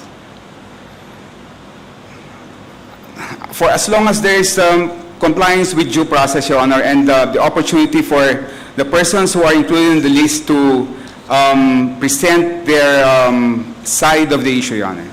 Okay. Let's go to another topic, the class suit. Yes, Your Honor. Okay. Now, according to jurisprudence, the necessary elements for the maintenance of a class suit are that the subject matter of the controversy be one of common or general interest to many persons. Yes, Your Honor. And that such persons be so numerous as to make it impracticable to bring them all to the court. Now, in the case of the DANO petition, what is the alleged subject matter of the controversy that is one of common or general interest? Your Honor, the right to life, the right to liberty, and the right to security, Your Honor. Every time there's a killing, it affects the whole community. Your Honor, the situation in San Andres Bukid, Your Honor, it is a slum area. The houses are on top of each other. In fact, in one alley, there would be hundreds of people, Your Honor. And if there is a killing, Your Honor, there is fear in the entire community, Your Honor. It affects everyone. It affects the right of, to security of all the people in the community, Your Honor. But in the case of Matay versus Consolidated Bank and Trust Company, the phrase subject matter of the action was defined as the physical facts, the things real or personal, the money, lands, chattels, and the like in relation to which the suit is prosecuted. It does not cover the derelict or wrong committed against the petitioners. So how do you explain this? Your Honor, the factual circumstances that have arisen as a result of CMC 16-2016, Your Honor. The fact that it applies nationwide, the fact that the police can proceed against anyone in any community, Your Honor, at night. Everyone's life is at stake, Your Honor. It's in danger, Your Honor. So, Your Honor, pursuant to the pronouncement of the Honorable Court in Tagitis, that the rules on Amparo are evolving, Your Honor. And in fact, this Honorable Court has issued orders that are not actually found in the rules on Amparo, but they have issued it anyway, like requiring the CHR, Your Honor, to do the investigation, even if it's not part of the rules, Your Honor. We beseech the Honorable Court to issue similar reliefs, Your Honor, in this particular case. Now, is a class suit appropriate in this case when the DANO petition apparently presents separate and distinct versions of facts relative to several petitioners who are each seeking the relief of the writ of amparo? We believe so, Your Honor, In fact, we came across a jurisprudence in South America, in Argentina or Chile, Your Honor, where the High Court there granted a collective amparo for an entire community, even if only a few of the residents filed the petition, Your Honor. So we are virtually seeking for the same, Your Honor, even if there is no provision for a collective amparo. So that's why we had to resort to a class suit, which is the one that is recognized under our rules, Your Honor. All right, may just call on Attorney Jokno for my last question. Now, in the ALMORA petition, petitioners questioned the validity of the DILG Memorandum Circular 2017, which requires all cities, municipalities, and barangays to establish a system of reporting suspected illegal drug personalities through hotlines, drop boxes, electronic mail, short service message. Now, in numerous decided cases, confidential informants have tipped policemen on the activities of suspected drug peddlers. Now, is there any substantial difference between the act of tipping policemen with the methods of reporting under the circular I just said? Your Honor, even in the cases involving confidential informants, this court has struck down actions done by the police that are based on the furtive fingers of unknown informants. The case of People versus Aminuddin is one. There are a number of other cases where the court made similar pronouncements. What we are concerned with here is that the circular of the DILG is but an extension of CMC 16 in terms of making people submit names. It has been our submission that the police should just do the functions provided in the PNP manual of gathering evidence. There's all the authorities already provided in their existing issuances. And if we allow the practice of any person being anonymously reporting the names of others, it is extremely dangerous to the rights to life, liberty, and even property of our people. Anyone's names could find their way into a drop box. If I have a personal grudge against another person, if I'm in a barangay and I have a political enemy there, what is to stop me from putting his name or her name in the drop box? How will the barangays determine if that name is really valid or not? They are not law enforcement, so most likely they would then forward these names to the police. Once that gets into the hands of the police, how will they check and validate it? If it will be based on CMC 16, Your Honor, we have already discussed the dangers that will entail. Are these reports not subject to further verification by the police? It's not clear, Your Honor, how these reports are going to be verified. The DILG circular simply states that it will establish a system for reporting. Now, if a reported suspect is unlawfully placed in custody or restrained of his liberty, does this mean that the DILG circular is invalid, or is this a problem of implementation and the reliefs should be asked from the proper criminal or administrative action? If that person was picked up or otherwise his rights were violated because his name was submitted under the DILG circular, then I believe it is the circular that is to blame, Your Honor. All right. Thank you, Counsel. Thank you, Your Honor.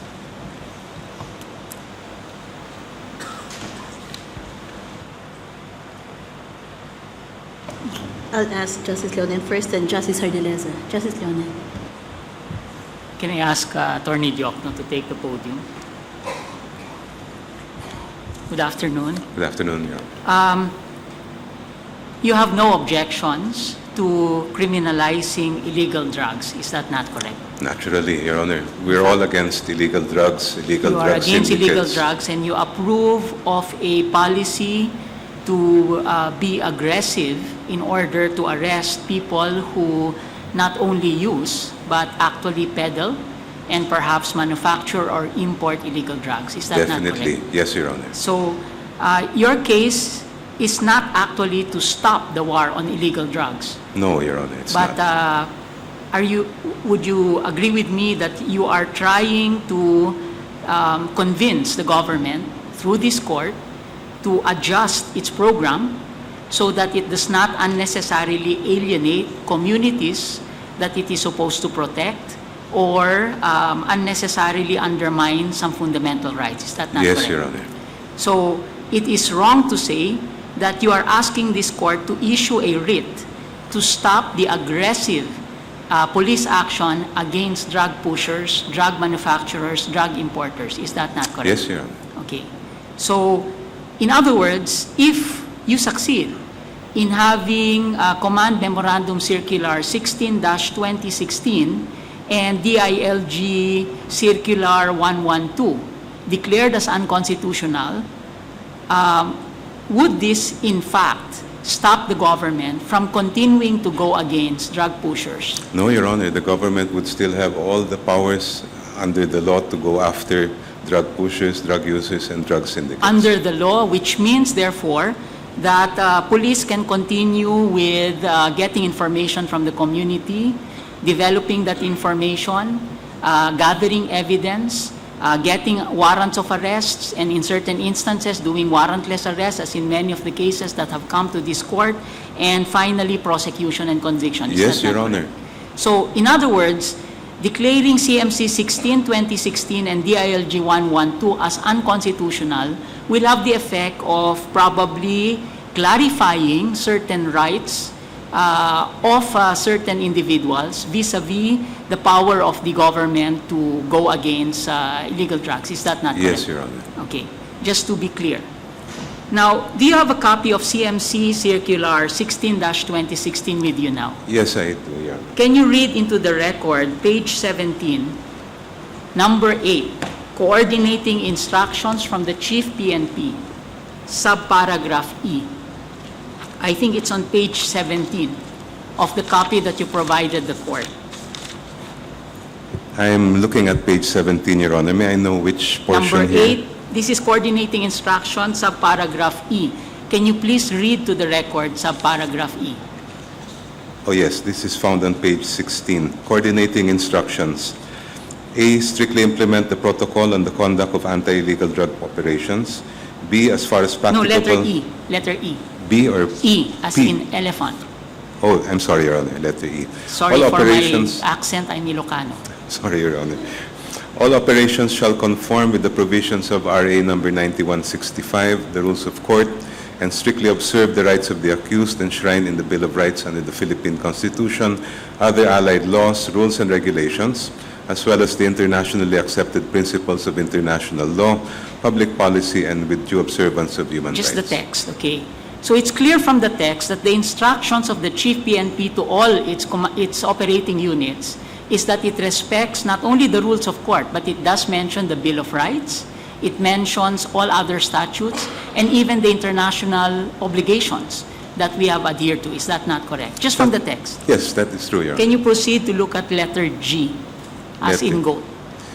The rules and regulations on the recruitment of personnel to and from anti-illegal drug units must be strictly implemented. That is letter G. Yes. Okay, now, correct me if I'm wrong, but your theory is that because the CMC circular uses the ambiguous terms negate and neutralize, therefore, it can mean that the operating units are free to actually do whatever they think the President and the Chief PNP wants them to do. Is that not correct? That is one of our arguments, Your Honor. Except that the actual text of the CMC circular actually is very clear. They tell the police, notwithstanding what the orders are as of present, there is these operating instructions that you should respect the Bill of Rights. So does this not undermine your theory of the case? I don't believe that it undermines our theory, Your Honor. It's to be expected that a PNP circular would pay lip service to the Constitution and even to respect for human rights. We would have no problem if... Can I follow up on that concept of lip service? Any official issuance coming from the court, coming from the President, coming from DILG Secretary, coming from the Chief PNP, should we accord it with a presumption that they do not mean what they say? Or should we accord it a presumption that they actually mean whatever it is that is included in the text of those documents? I'm not sure how to answer that question, Your Honor. Is there a presumption of regularity in the performance of official function? There is a presumption Yes. generally. So whenever the Chief PNP puts in an order a command memorandum circular, which is similar to the operational directive of the Armed Forces of the Philippines, it tells its men and women, all its personnel, that these are the frameworks and guidances that they should follow in terms of their operations. Should we assume that they do not mean what they say? Well, we should have to understand the document in its entirety. If the document, the circular, were only limited to what was found in letter E, we would have no problem. But What we before we get question, into Your Honor, that, is why... I'm asking, where do we get the idea that E and G are only lip service, that they are not commands coming from the Chief PNP to their personnel? From the other portions of the circular which require and command, number 1, neutralization and negation, number 2, compilation of lists, number 3, house-to-house visitations without warrant, Your Honor. Neutralization and negation do not have definitions, correct? No definitions Yes. in law, And Your in Honor. terms of interpreting a legal text, we have to read it in the context of all the other provisions contained in that text. Is that not correct? Well, the maxim that we are citing is that words should be understood in the context in which they are used. Okay. The right to life, where is it found? In the Constitution, Your Honor. Article 3? Article 3... Section 1. Section 1. Okay, no person shall be deprived of life, liberty, or property without due process of law. Was that referred to in subparagraph E, page 17? Generally, under the term Bill of Rights, I suppose, Your Honor. So there was a command to respect the Bill of Rights, correct? Yes. Yes, very clear. It is not like negation or neutralization, but it's very clear what the Bill of Rights states because it is enumerated in our Constitution. What about violation of domicile? Is there Section 2 of Article 3 of the Constitution? Is it protected in Article 3, Section 2 of the Constitution? Well, the letter E makes The rights reference of to the the Bill people of to be Rights secure in their generally. persons, houses, papers, and effects against unreasonable searches and seizures shall be inviolable. That's the actual text of Section 2, Article 3. Is that not correct? Yes, Your Honor. Was it referred to in CMC circular? Generally, it was referred to when they used the term Bill of Rights, Your Honor. Okay, so here is our difficulty. There is an operational directive, a command memorandum circular issued by the PNP chief, which contains, yes, the words negation, which contains the words neutralization, but at the same time makes reference to the actual text of the same Constitution that you are now using, which states that the interpretation of negation and neutralization, which means to kill, is wrong. So shouldn't we assume that all personnel should read the CMC circular the way that you are reading it now? The operative portions of the circular, Your Honor, are where you find the terms neutralization and negation in how the war on drugs double barrel is to be implemented. Those Maybe to put are it the in provisions, Your maybe Honor, to that put it in another the way. police on the ground are going to implement. Yes, maybe to put it in another way. Yes, there are killings. There may be killings. Of course, that's a question of fact. Yes, there may be lots of killings. Of course, that's a question of fact. But do we actually say that all of those killings are because of CMC Circular 16-2016? Or is it that all of these are violations of CMC Circular 2016, specifically subparagraph 8, E and G? What we are saying, Your Honor, is that the circular can be construed by the man on the ground, by the officer on the ground, to allow killing, to allow shortcuts that are not authorized by our Constitution or by existing law. Even though it says, always Even though- respect the Bill of Rights. Yes, Your Honor. This is not the first document that was issued by the PNP which contains this kind of language, but at the same time also contains language that would abridge the Constitution. Okay? Perhaps this can be more covered in your memoranda. I Okay. will do that, Your Honor. In your petition, you raised questions of fact. Is that not correct? No, That there is or there have been an attempt on the life of Jefferson Soriano. Isn't that a question of fact? We have included his description of what happened to him, Your Honor, but we don't raise it as an issue in this case. But the What we Solicitor are- General takes issue. So therefore, or wants to question the circumstances under which Mr. Jefferson Soriano was actually injured. Is that not correct? Precisely, Your Honor, that's why we are asking for an investigation into the... By the way, is Mr. Jefferson Soriano here today? Yes, Your Honor, he is Can I ask present. him to stand up? I will not ask any questions because this is not the proper forum. Is he here? He's here, Your Honor. Yes. I understand that he has lost his voice as a result of the alleged incident. Yes. Very briefly, counsel, can you tell us what happened in his case? What happened was that Thank you, Mr. Jefferson. he and his companions had been picked up days before he was shot, brought to a police station, interrogated about a certain Achay, a known, I believe, a known pusher in the area, and they were being forced to tell her this person's whereabouts. When they could not reveal the whereabouts, they were injured, eventually released the following day. About a few days later, about a week later, he was outside of his home together with a companion when an armed man came out, met someone on a motorcycle, and then approached the two of them, shot his companion first, then shot him next, first here in the neck and then in the thigh. When he tried to run away, the man went after him, and he said to save himself, he put his head in the gutter because he had the feeling that the assailant would shoot him again in the head. And in fact, he was shot a second time in the throat. That's why he lost his voice. Okay. All of those are facts. Yes, Your Honor. Is that not correct? And usually in a writ of amparo, when the court receives a petition which alleges these kinds of facts, as a matter of fact, for example, in GR number 229605, Cristina Gonzalez versus President Duterte, this court immediately issued a writ of amparo and remanded the case to a trial court for the determination of facts. So that is the usual course of the procedure in a writ of amparo originally filed with the Supreme Court. This is to ensure that the factual allegations can be traversed by the individuals that are named as a respondent.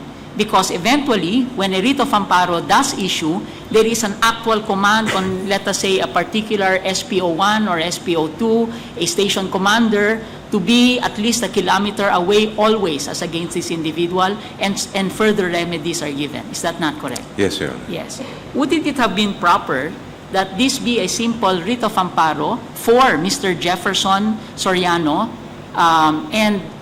Personally, I am so sorry about what has happened to him. I do not think that he deserves what has happened to him. But on the other hand, that there is a procedure in terms of the petition for a writ of amparo. And I think that lower courts are as competent to address the protection of individuals, or they should be.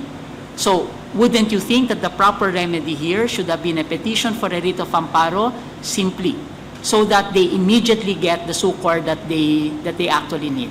May I clarify, Your Honor? In this writ of amparo that we filed, we are not asking the court, this court or any other court, to hold anyone, to identify and hold anyone accountable for the killing. At this point, all we are asking is that the government conduct a genuine investigation into the incident, because so far none has been Your claim is that conducted. there is no genuine investigation that is ongoing with respect to this case. Yes, Your Honor.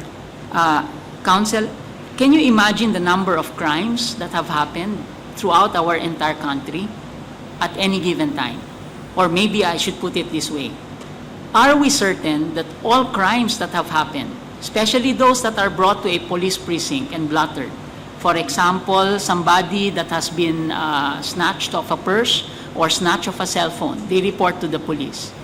But on the one hand, the police do not have all the resources in order to do that particular kind of investigation. So are you asking this court to single out one particular case or several particular cases and address it to the executive and tell the executive, this is how you will prioritize the crimes that have been committed? Is that what you're asking this court to No, do? Your Honor. What we are asking for the court is to provide proper guidance to the police in terms of how these entire operations under CMC 16-2016 are being conducted. What do you mean proper guidance to the executive? You mean that we are to tell the executive, first you deal with murders, because these are simple murders or frustrated murders, okay? Second, you deal with rapes, any kind of rape. Third, you deal with incest rapes, that kind of prioritization. No, Your Because Honor. the danger with this kind of a petition is that we might be unduly interfering with the executive's prerogative as to how to implement the law, that is the problem of the executive. And that is the reason why the president is elected. Because the people will tell him during elections, based on his platform, here is my priority, and if the people elect him, then he can assume that the people are saying, first this, then that, then after that, this, and then that again. But in this particular case, why is it now the duty of the court to tell the executive that this should be investigated? We cite, Your Honor, please, at least two cases that this court has decided. One is the case of Morales versus Enrile, which only involved one or two individuals, and yet in that case, the Supreme Court, this court said, from now on, in all police investigations, the police must provide Miranda warnings, despite the fact that in that case, only one or two individuals were involved. We cite the case of People versus Nicandro, where in that case, again, the Supreme Court laid down guidelines for the conduct of police investigation and said, from now on, the stereotype type of advice that happened in this case should not be done in all cases of custodial So confessions. what is it that you want this court to rule now? Police cannot kill suspects No, without provocation. Your Honor, what we are asking the court is that in cases of nanlaban, where supposedly the persons resisted arrest, that there be a proper investigation, the firearms be secured so that they cannot be recycled, that these Isn't there cases a be circular- genuinely be investigated. Isn't there now a circular, which was cited by the other petitioner, involving what to do in cases where there is death in a crime scene? That is, I believe Your Honor is referring to Rule 15.4 of the revised operational procedures, Yes, so- which requires that when a dead body is found, that the inquest be done at the crime scene before the body is removed. Okay, so But there is from our now- understanding, that circular is not being followed, Your Honor. So there is a circular. There is this Bill of Rights. There is the CMC command, which actually says police follow the Bill of Rights, among others. So all of these norms are already present. Okay. If the police are not doing it, then they are violating the law, correct? Yes, And Your Honor. if they are violating the law, then the proper legal case should be filed. For example, administrative cases against the police, getting a writ of amparo from the regional trial courts. I understand that there can be thousands and thousands of killings, but I am trying to imagine the kind of writ that you want this court to issue. We can say extrajudicial killings, summary killings are illegal and unconstitutional, but that's already in the Constitution. Isn't that correct? That when somebody is killed in the crime scene as a result of a claim that there was self-defense, that there is already a procedure in the manual for the law enforcers that this should happen, that there should be forensic evidence, that there should be surrender of firearms, and so on and so forth.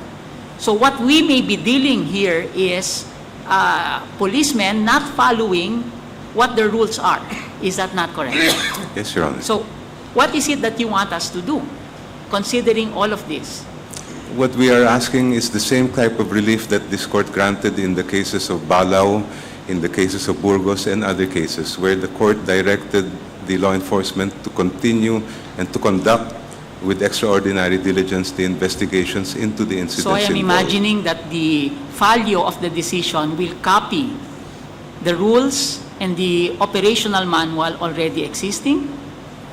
Would that give it more teeth? Would that give it more legitimacy? As a matter of fact, wouldn't we want the police and the DILG to enforce their own rules and not rely on a court order to be able to enforce it? Ideally, that would be true, Your Honor. Anyway, I hope you get what I mean. I will in terms cover of that in my of memorandum. that point, okay. Counsel, when is there custodial investigation? The minute the suspect is not free to leave, Okay, when the police do tokhang, in accordance with the CMC circular, when they actually choose a house to, so I understand tokhang comes from conjugation of two Visayan words. One is, I don't know what tok is, but to knock. Knock, The I other believe. one is hangyo, which is to plead. Okay. When they choose a house, do they choose a house at random or based on the CMC circular? Have they identified a person who is a suspect? supposedly, if you read the words of the circular, they are only allowed to visit, according to the circular, the houses of quote-unquote suspected illegal drug personalities. Okay, so therefore, it is not at the stage prior to custodial investigation, but would you agree with me that after they choose a house and knock on the door of that house and look for a suspect, that already is not an arrest, but custodial investigation? Yes, Your Honor. Do we have a law on custodial investigations? That's RA 7438, Your Honor. Yes. Does it Code. require the presence of counsel? Yes, during Yes. custodial Is there in the investigation. CMC circular the requirement that there is counsel when the police do tokhang? Not at all, Your Honor. As a matter of fact, if the suspect does not open the door, what happens to the suspect? According to the circular, he is to be subjected to immediate negation. Actually, two options, right? One is case build-up, and the second is, of course, it uses the word and negation. So therefore, there is a threat. If you do not open the door, something will happen to you. Is that not correct? Yes, Your Honor. Yes. At that stage, when the person is already under custodial investigation, is that not correct? Yes, Your Honor. Therefore, can you consider it as a violation of Republic Act 7945? I believe so, Your Honor. Yes, and 7945, can you remind us, counsel, what is that law? That is the anti-torture law. Yes, Your Honor. Correct? That when somebody is under a coercive process, to make that person actually do something, as in this case, open the door to the police, let them in or whatever, or allow them to speak, then therefore, under a pain of coercion, then that in fact is torture according to the law. Is that not would correct? be, Your Honor. Yes. So, in other words, is it possible that there is a violation of the Constitution immediately because of how the tokhang is imagined in CMC Circular 2016? That is our submission. And Your Honor. that it is a violation of the right against self-incrimination and the right to custodial interrogation. Yes, Your Honor. Okay, now, do they need search warrants? Do police need search warrants to knock on one's door? I looked at the term used in the circular, Your Honor. The term is visitation. Generally, is there a requirement that police need a search warrant to knock on the door of any citizen? Well, to conduct a search of a house, a search warrant is required. To knock on the door? To knock on the door, it may not be. Yes. But it depends Is on... it the right of the occupant of the house, whether it is the owner or a lessee or simply somebody living there, not to open the door? Yes. Yes. And in cases where the person is not to open the door, can the police actually barge in? No, they cannot. They cannot barge in constitutionally because that's They don't. precisely the protection of one's domicile, the right Yes, of the Your Honor. people to be secure in their persons' houses, papers, and effects, correct? Yes, Is Your there a violation of that principle in CMC Circular 16/2016? There is, because it provides that when a person refuses, that he will be subjected to what they call case build-up and negation. In other words, the exercise of a right carries with it what appears to be a penalty. In your cases, Almora, where was he killed? Inside his house, Your Honor. Inside his house, which means therefore that there was entry into his house? Yes, Your Honor. That's your allegation, of course, Yes, and Your that Honor. depends on the evidence.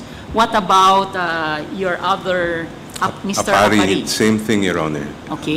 His house was entered. And Mr. Jefferson Soriano? And that took place outside the residence. He was outside. And for the first two, were there search warrants that were issued? No search warrants, Your Honor. And was there proof that they were actually in flight? In other words, in flagrante delicto, and being chased by the police into their home? Well, according to the police in the ALMORA case, there was an alleged buy-bus operation that occurred right there in the residence, and that's why the killing took place there. Okay. Let's go to the actual procedure that you filed. So yours is a very strange petition because you filed both a certiorari prohibition case joined with a petition for a writ of amparo. Am I correct? A prohibition with amparo, Your Honor. A no prohibition certiorari. with amparo. Okay. Again, of course, you did mention that there is Rule 2, Section 5. Okay. And by the way, is a writ of amparo a special civil action or a special proceeding? It's governed by a special rule. I'm not sure it would either. It is a special proceeding because it looks at the actual status of the person. It's like a petition for habeas corpus. Is that not correct?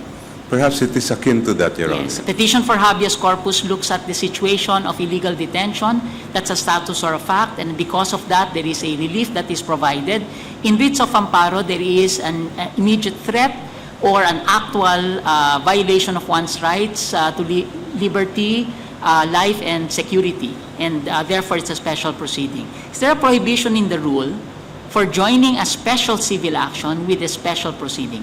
I'm not aware of any. So under such your theory, you prohibition. said that under Rule 2, Section 5, it only prohibits an ordinary civil action, not special civil action, to be joined with another special civil action. Is that not correct? That is my understanding, Your Honor. And in your case, if I read it correctly, am I correct in interpreting it as that you are asking the court to issue a writ of amparo to protect the rights of your clients and those similarly situated because there is no circular, there is no legal order that is valid that has allowed the police to do what they did in your cases?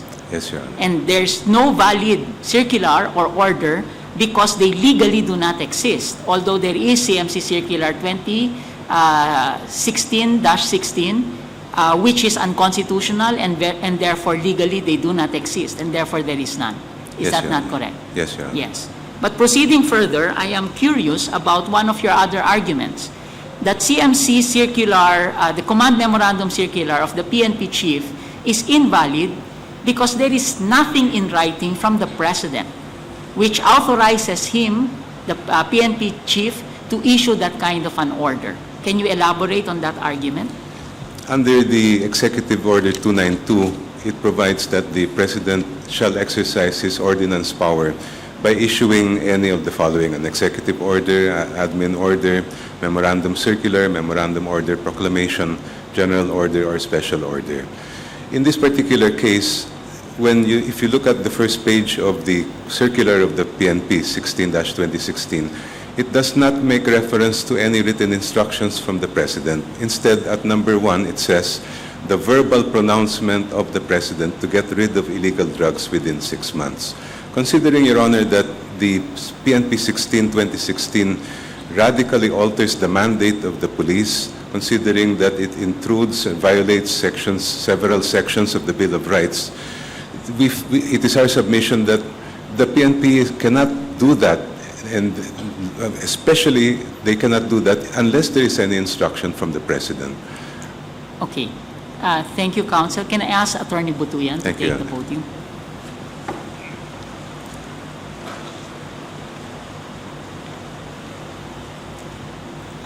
Attorney Butuyan, who are you representing? Are you representing the 39 with affidavits? Yes, Your Honor. Are you representing San Andres Bukid?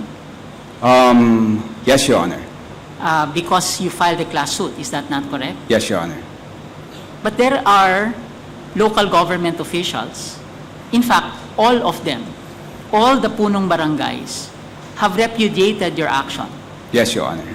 So therefore, do you still claim representation of all the residents of San Andres Bukid? Yes, Your Honor. We know the circumstances behind the issuance by the barangay captains of the statement that they made, Your Honor. It was under coercion from the police forces, Your Honor. That's a very serious allegation against the Solicitor General and those from whom they got the manifestations. Are you prepared to back this up? Yes, Your Honor. Because in fact, our lawyers were invited by the barangay captains, Your Honor. They were confronted by the barangay captains, Your Honor, in one forum, Your Honor. So we have personal knowledge of that fact, Your Honor. I will not proceed to that, but I hope that you are able to back it up in your memoranda because these are very serious charges. Yes, Your Honor. As against the oaths of office of many of the lawyers that were involved in getting all these manifestations. Yes, Your Honor. Yes.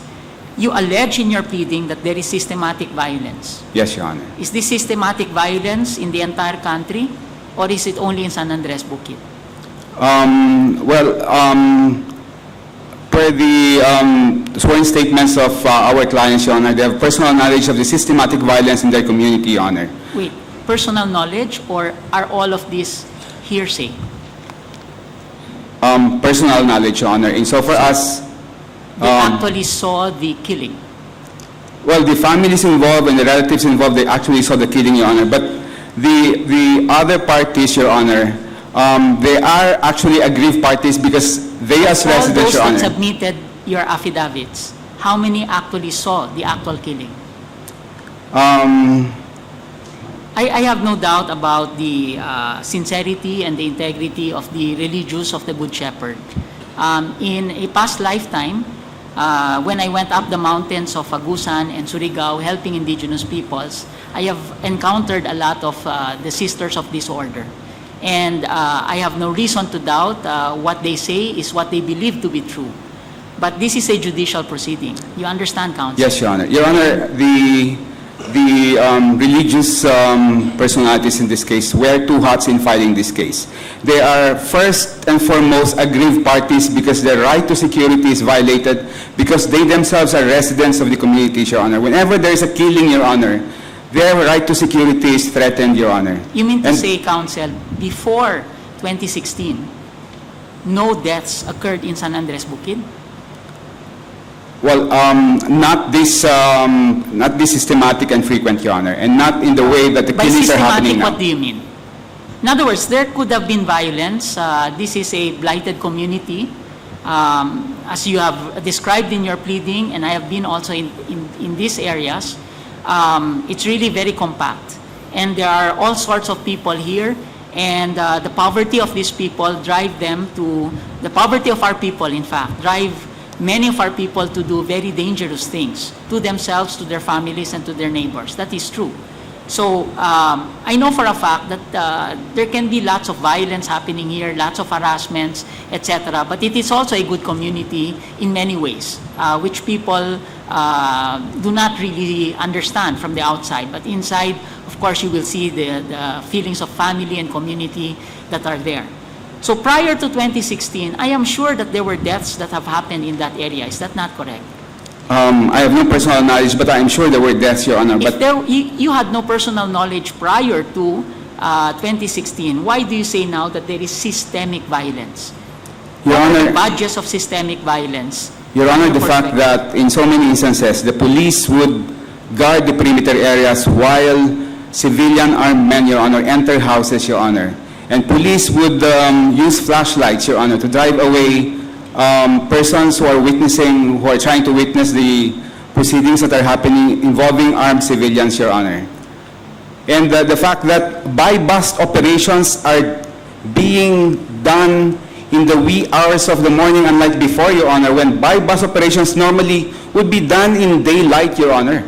So let me clarify. You are saying that the killings are done by people in civilian clothes with the assistance of police that guard the perimeters. They enter households. They do these activities within a certain range Yes, of Your Honor. time at about, you say in your pleading, 10 to somewhere 3 early in the a.m., morning, 3 a.m., Your Honor. 3 in the morning, that immediately thereafter, police come and take the body and they bring them to an authorized funeral parlor. Yes. Is that not correct? Yes, Your Honor, but even before the killing, Your Honor, the police are already guarding the perimeter, Your Honor. Okay. Yep. So you are actually saying that all of these this is a sort of a modus operandi that is happening Yes, Your in Honor. San Andres Bukid. Yes, Your Honor. Yes. And because of that, you want this court to issue a protective order for the entire community. Yes, Your Honor. Against what? Against these, well, generally, Let me go through it very carefully. That the police will no longer enter San Andres Bukid.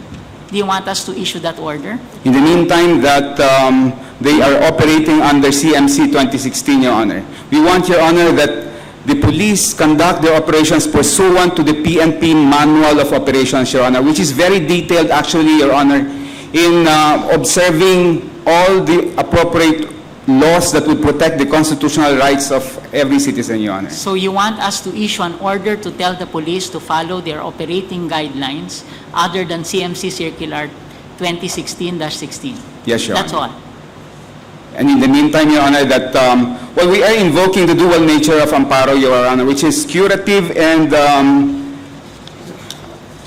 preventive, Your Honor. Well, what if this court refers all of your cases to a regional trial court or regional trial courts for them to determine the factual antecedents of all of this, and for each regional trial court to attend to each and every case, because each and every case have their own peculiarities, and the kinds of protective orders are characteristic or peculiar to those particular cases? Your Honor, we're not actually only complaining against the killings. We're complaining against the violation of the right to security that is being done by the policemen for their operations that can happen even after these killings, Your Honor. That we're invoking the preventive nature of Amparo, Your Honor, for the court to break the expectation of impunity on the part of policemen, Your Honor, that they cannot do what they've been doing all along, Your Honor. Yeah, the expectations of impunity come about when there are no people that come out in order to charge the police and go through the requisite rule of law. And if there is no conviction and if there is an acquittal after there is clear evidence that comes out, is that not correct? That's Yes. where there is impunity, right? But when this court issues a writ of amparo to all of your clients and remands the case to regional trial courts, not one, but because you have 35, then to 35 regional trial courts, or perhaps 5 or 6 or 7 regional trial courts to attend to each and every case, then therefore when the regional trial courts act to protect each one of them, that in fact will be a deterrent for certain rogue policemen, if ever there are any, or to policemen in general, from doing exactly the same things as they have done. Is that not correct?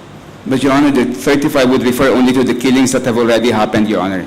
But with respect to future operations of the police, Your Honor. You want us to order the executive to investigate each and every killing that has happened in San Andres Bukid. That the PNP manual be followed, Your Honor, that the police submit all the evidence, with respect to these particular killings that have happened to the prosecutors, Your My Honor. difficulty is this, counsel. We are the Supreme Court. We are not the Justice League. That we have superpowers. None of us have superpowers. As you see, all of us sitting here, there is no Aquaman, there is no Wonder Woman, etc. Okay. The Supreme Court's power is limited to proclamations and to doable proclamations. Now, you are asking us to tell the police to do their jobs. Correct?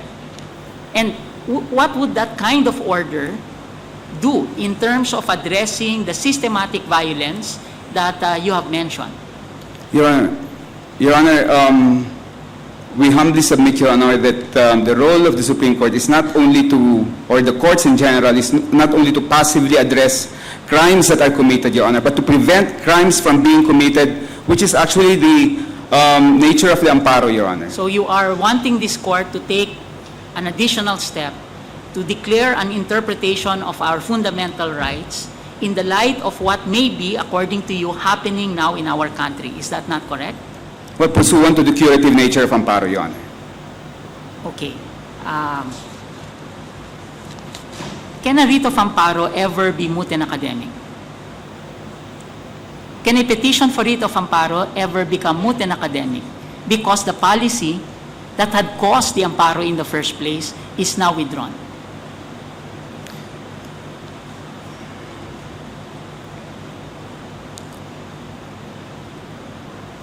maybe you can answer that at I will some- answer that in the memorandum, Your Honor. in the memorandum? Yes, Your Because isn't it that a petition for a writ of amparo is asking for actual present protection because of certain factual incidents that have happened? Is that not correct?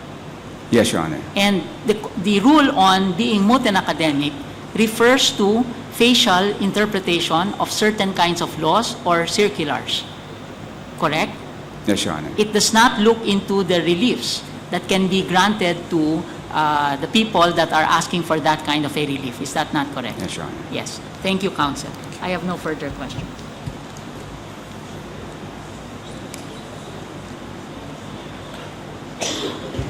Justice Bersamin. Thank you, Chief. May I have Attorney Jokno, please?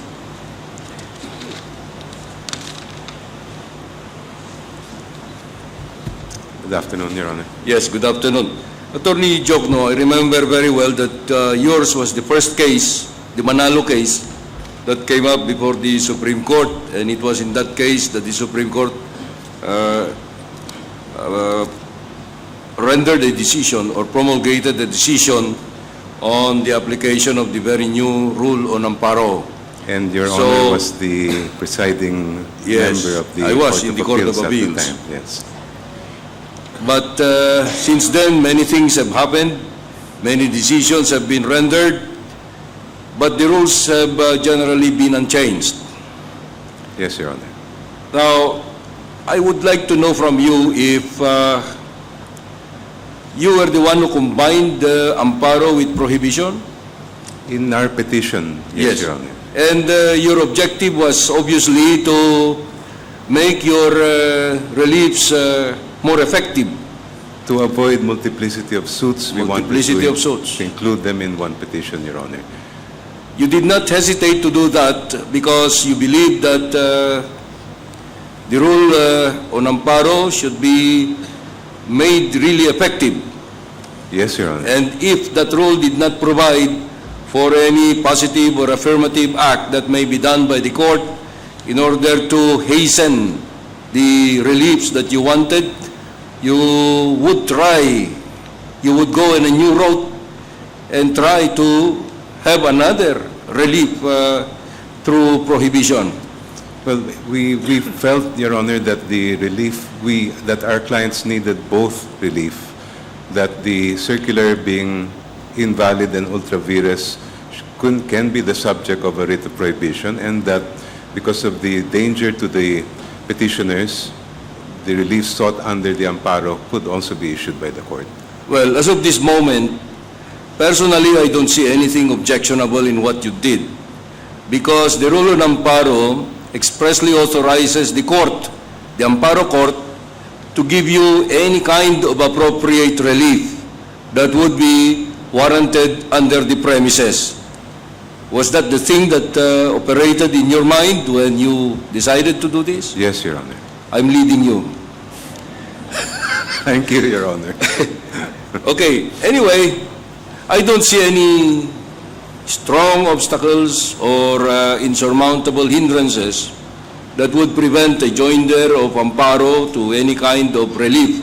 The only limitation that the Supreme Court imposed in the rule on Amparo, as far as I remember, is that once a criminal action has been commenced, in order to prosecute a criminal or unlawful act or omission that is subject to the rule on Amparo, that proceeding on Amparo should stop or should be consolidated with the criminal action.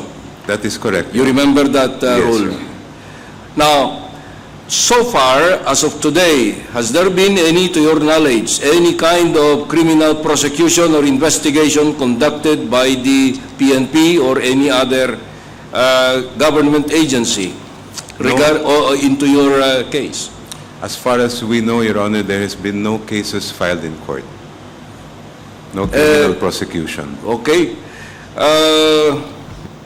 Have you had anyone from the NBI, the PNP, or any other investigatory agency of the government certify to this, that there is no such pending criminal investigation? We have no certification to that effect, although we could secure if necessary, Your Honor. All right. On the part of the relatives of the victims, whether a victim of enforced disappearance or an attempt on the life of any of your clients, have they been in that position to follow up or to prod any agent of the government to do this for them?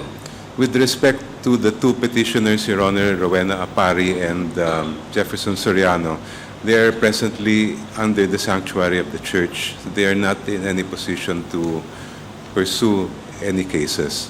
With respect to the third petitioner, AILEEN Almora, I understand she has made representations with the law enforcement agencies to conduct investigation, but apparently these investigations are not moving. All right, we recently promulgated a decision regarding the Gadyan case, but that was a moot decision. Another one was also promulgated, the Kayanan case. Both of these are Amparo cases. No? In the Kayanan case, the court ordered the Amparo court, which was the regional trial court in Quezon City, to conduct more proceedings because we directed the implementation of certain directives to the government, represented by its investigatory agencies, into the disappearance of Kayanan. Now, this will not be possible here because you came directly to us and the court opted to hear you directly on your issues. Would you like the court to do that for you now? If there is no such pending criminal action yet. We understand, Your Honor, that as of now, no writ has yet been issued by the Honorable Court. There was only a requirement for Yes, the we accepted. Solicitor We General decided to do it ourselves. to comment. In the event that the court will issue a writ, we are open to presenting evidence before a lower court, which is the procedure set out in the rule. Okay. We have to be sure that there is no such pending investigation leading to a criminal prosecution. As of now, you are not sure from your end of the case, you are not sure if there is such a pending criminal investigation. As of now, we are not aware of any cases that have been filed, nor any complaints, formal complaints filed with the prosecutor's office. We do not know as well the status of any investigation being conducted by the law enforcement, Your Honor. All right. Have any relatives of the deceased victim or the one who survived himself, was there any identification of the suspects, the usual suspects? In the case of Jefferson Soriano, Your Honor, the one who survived, he could not identify the shooter. In the two other cases of Apari and Almora, the police reports stated that they supposedly fought back or resisted, and therefore there are names appearing there of the officers who allegedly took part and neutralized those persons. Yes. Now, you remember our Manalo case? Yes, Your Honor. It was very good there that the two brothers escaped captivity. And then you assisted them and you came up with sworn statements identifying a general and his cohorts. Yes, Your Honor. Now, the court did not hesitate. I specifically recommended, as the hearing justice at the time, to the Supreme Court to proceed against these named gentlemen, the general and at least four cohorts who were part of the murder squad. Now, Yes, Your Honor. that is an assurance to you that the court or this court and any other court will do its job if you give the opportunity to perform or to discharge that sworn duty to uphold life, liberty, and security. You still are confident about that assurance? Yes, Your Honor. You are. All right. What if today you have the means, you have the witnesses, and you file the case Is that still possible as late as now? If we have the evidence that we need to file the case, then that would be true, Your Honor. Yes. Okay, this matter of sanctuary in your the part of the petitioners that you represent, they are in sanctuary now, Two of them are in sanctuary, Your Honor. and they are satisfied with that. Not exactly, Your Honor. I'm sure they would rather be in their normal lives. It's just that Would you like General Bato to give them sanctuary? I don't think they It's a would matter agree of to that. trust. Pero General Bato is publicly, loudly proclaiming that he would never tolerate tukhang killings. Don't you have confidence in that? Well, we have nothing against General De La Rosa, if Your Honor is pleased. The petitioners, I believe, would have a natural reluctance to having someone from the PNP give them protection when it was by the admission of the PNP, their operatives who killed their relatives.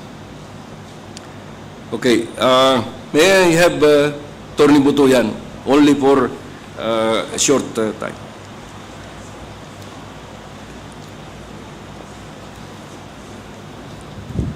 Attorney Butuyan, your client is a victim of disappearance or a victim of Extrajudicial killings, Your Honor. extrajudicial killing. You have heard the exchange between myself and Attorney Jokno.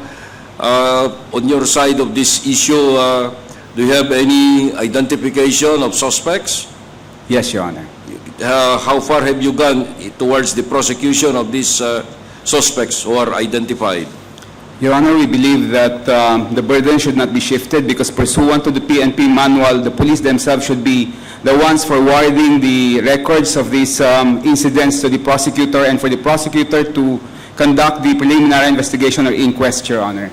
Our clients, Your Honor, they have no means. In fact, even just to meet with us, they don't have money for transportation, Your Honor. No, it's not a matter of means. It's a matter, you are taking the cudgels for them, the Yes, legal cudgels. Did you ever go as far as writing a formal letter to any of those in authority who would be in that position to initiate, commence the investigation, go further, and file the case if warranted? Your Honor, when we were consulted by the clients, we presented to them the array of options, Your Honor, including the filing of cases, criminal cases against the perpetrators, Your Honor. But they were very afraid, Your Honor. And among the options that we presented to them, they only wanted Amparo, Your Honor, because it was explained to them that it would not pinpoint criminal responsibility. They just wanted protection, Your Honor, in the meantime, Your Honor. And with all the statements coming from the highest officials of our country, Your Honor, absolving the policemen, they are not keen at this point, Your Honor, to pursue the criminal cases on the killings, Your Honor. They just want protection for their community, Your Honor. No. My suggestion to you is, why don't you do it now? You file a formal complaint in the Ombudsman for murder. Okay? If that is the case, for murder, you have identified these people, bring all those witnesses that you have, so that this matter will be insulated from any kind of fear of manipulation or orchestration. Now, whatever you believe is meant by the President when he makes a public declaration like that, you must also believe at the back of your mind that that is not a pardon or an amnesty, nor is it going to be insulating this case, this particular case that you have, from prosecution. It does not have any effect. It has only a general effect, but not in your particular case. Do you agree with that? We undertake to talk to our clients, Your Honor. So I encourage you to do that because I want to give immediate relief to your client. Now, Amparo here is preventive, curative, as you have been loudly stating today. I agree with you fully on that. But as it is, the rule of Amparo stops operating when there is a criminal action that is filed. Now, that is what my experience in the Manalo case told me. Anyway, just for the benefit of everybody else here, the promulgation by the Court of the Rule on Amparo did a lot to minimize the incidents of disappearances and what is this? Disappearances and Extrajudicial killings. EJ case. Yes, Your Honor. Thank you, Chief. Thank you. Thank you. Thank you, Attorney Butoy. Thank you, Your Honor. Justice Hernandez. Can I have Mr. Jokno, please?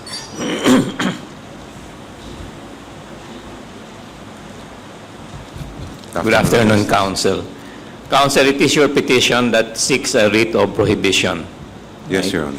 But may I request Counsel Butuyan to please listen to the questions.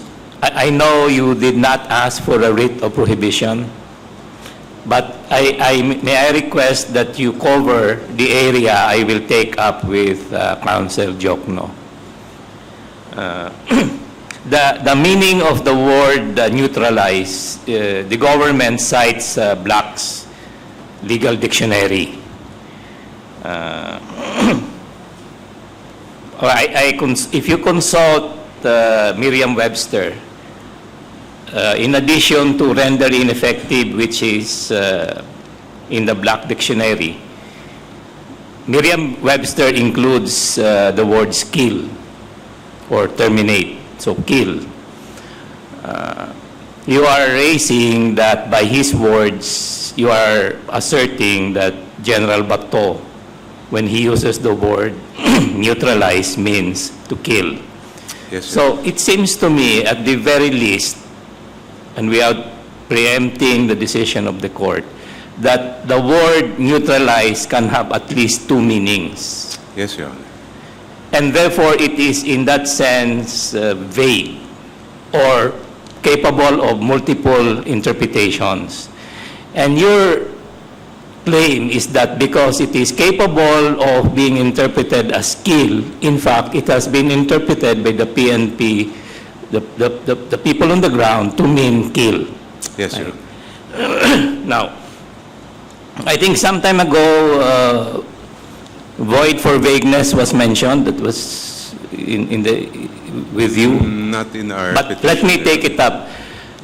The principle of void for vagueness, because you're asking the court to, in your writ for prohibition, to invalidate CMC, right? Yes, Your Honor.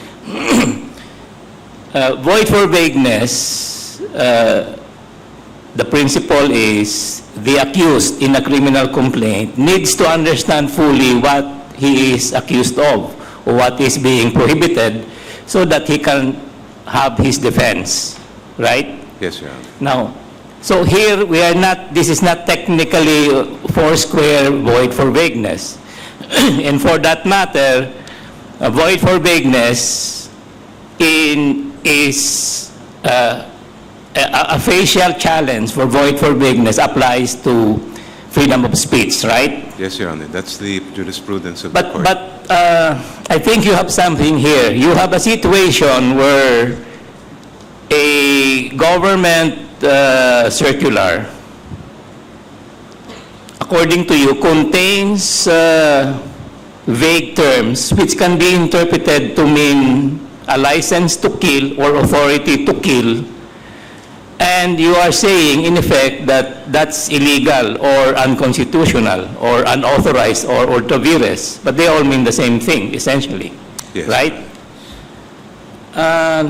Again, if we go through the classical way that we litigate, there should be an actual case in controversy where actual parties litigate what did the police officer, assuming there is a police officer, who kills a suspect, what did he understand the circular to mean?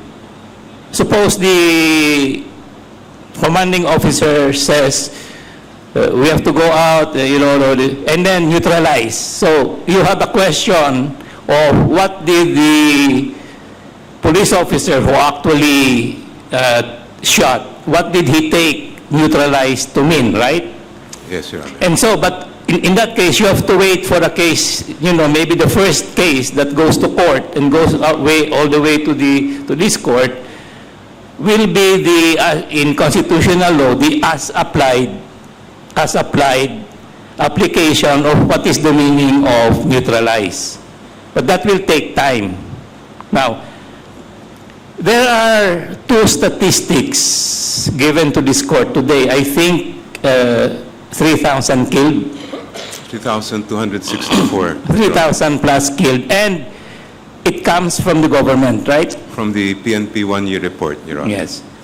The other statistic is so many thousands arrested. Yes, about 29,000 if Now- I'm not mistaken. We will ask you, and also Council Butuyan, and also the government, to give this court later in your memorandum the number of surrenderies. How many people have surrendered after the circular came out? I think it is in the hundreds of thousands. That is why we have rehab centers, right? Yes, Your Honor. So, what I'm driving at is, if you don't have to wait for an actual case where we go into the mental state of the police officer who pulled the trigger on the meaning of neutralize, it seems to me accommodating the position of the government that neutralize can mean render ineffective or negate, and your meaning to kill. There are three statistics: 3,000 plus killed, 30,000, I think, surrendered during an operation, and hundreds of thousands surrendered. Now, I would like you to construct a argument that, and I'm not sure, then, and I will listen to how you will argue this, that there seems to be something there. If we have a principle that protects the accused, void for vagueness, is there a principle that will protect the citizens from a vague circular that can arguably result in 3,000 killings, even if arguably it can include negate, which is meaning arrest, and arguably negate or neutralize in the meaning of that results to surrender? Now, I know those are statistics, but I think Council Butuyan was saying that the difference between these statistics and maybe the martial law killings is all these figures come from the government. So, it is troubling to have more than 3,000 killings. And with respect to your plea for a TRO, especially in the writ of prohibition, I would like the two of you to, as I said, help out this court. Is there something there?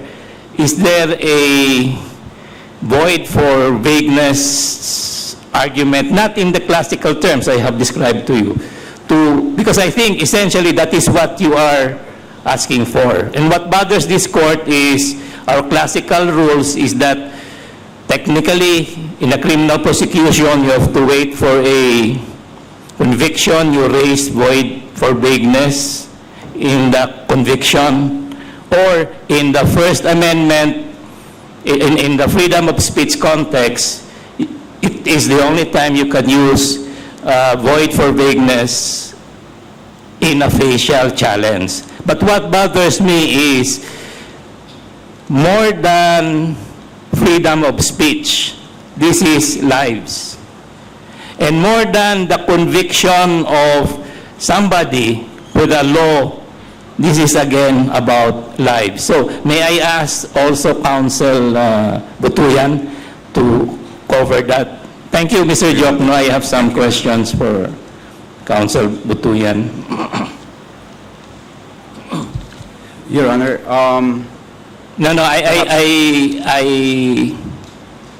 In the interest of time, I would just like you to address yes, Your Honor. the same question, so I don't repeat it. Yes, Your Honor. But I have a different set, a few questions for you. Okay. It has to do with lists. The government is saying, what's wrong with lists?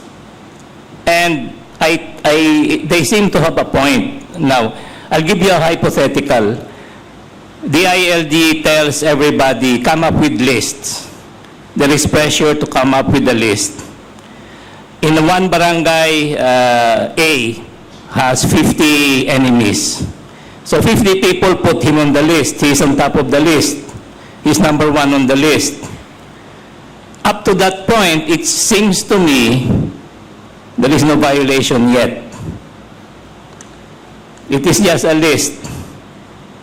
But if because he is top of the list, then the police now say we go and apprehend A. If they go and arrest him without a warrant, there is something wrong with that, right? Yes, Your Honor. If they go to his home and barge in without a warrant, there is something wrong with that. Yes. So, my point is, it is not per se the list. There has to be an affirmative act by the police forces that qualifies it to be an illegal act. So I think the government is saying the list is no different from the use of confidential agents. And the reason I bring that to you is, unlike CMC, the circular, the statistics that I referred to, deaths, surrenderies, or even arrests without deaths, you cannot, I think, parse it in a way to trace it to whether it was part of a list or not. So I would like, maybe you can respond now and cover it in your memo. Yes, Your Honor. Your Honor, if we're going to talk about a theoretical list, Your Honor, perhaps I agree with the Honorable Justice, Your Honor, that there's nothing wrong, Your Honor. But in this particular list that's being made in San Andres Bukid, Your Honor, once a person is in the list, he's hunted down, Your Honor. We have multiple victims who were killed, Your Honor, because they were in the list, Your Honor.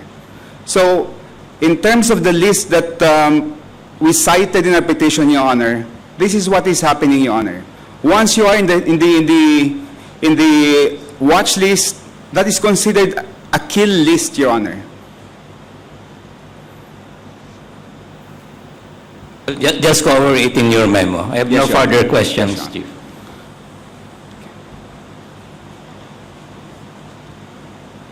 Justice De Castro.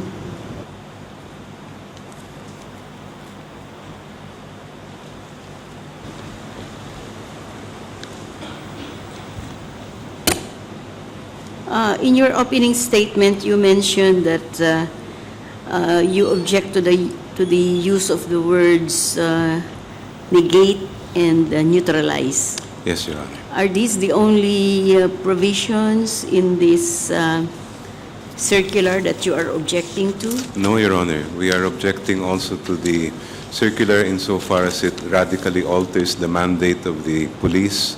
Instead of conducting investigation for purposes of prosecution and conviction, it refers to compilation of names for the purpose of neutralization and negation.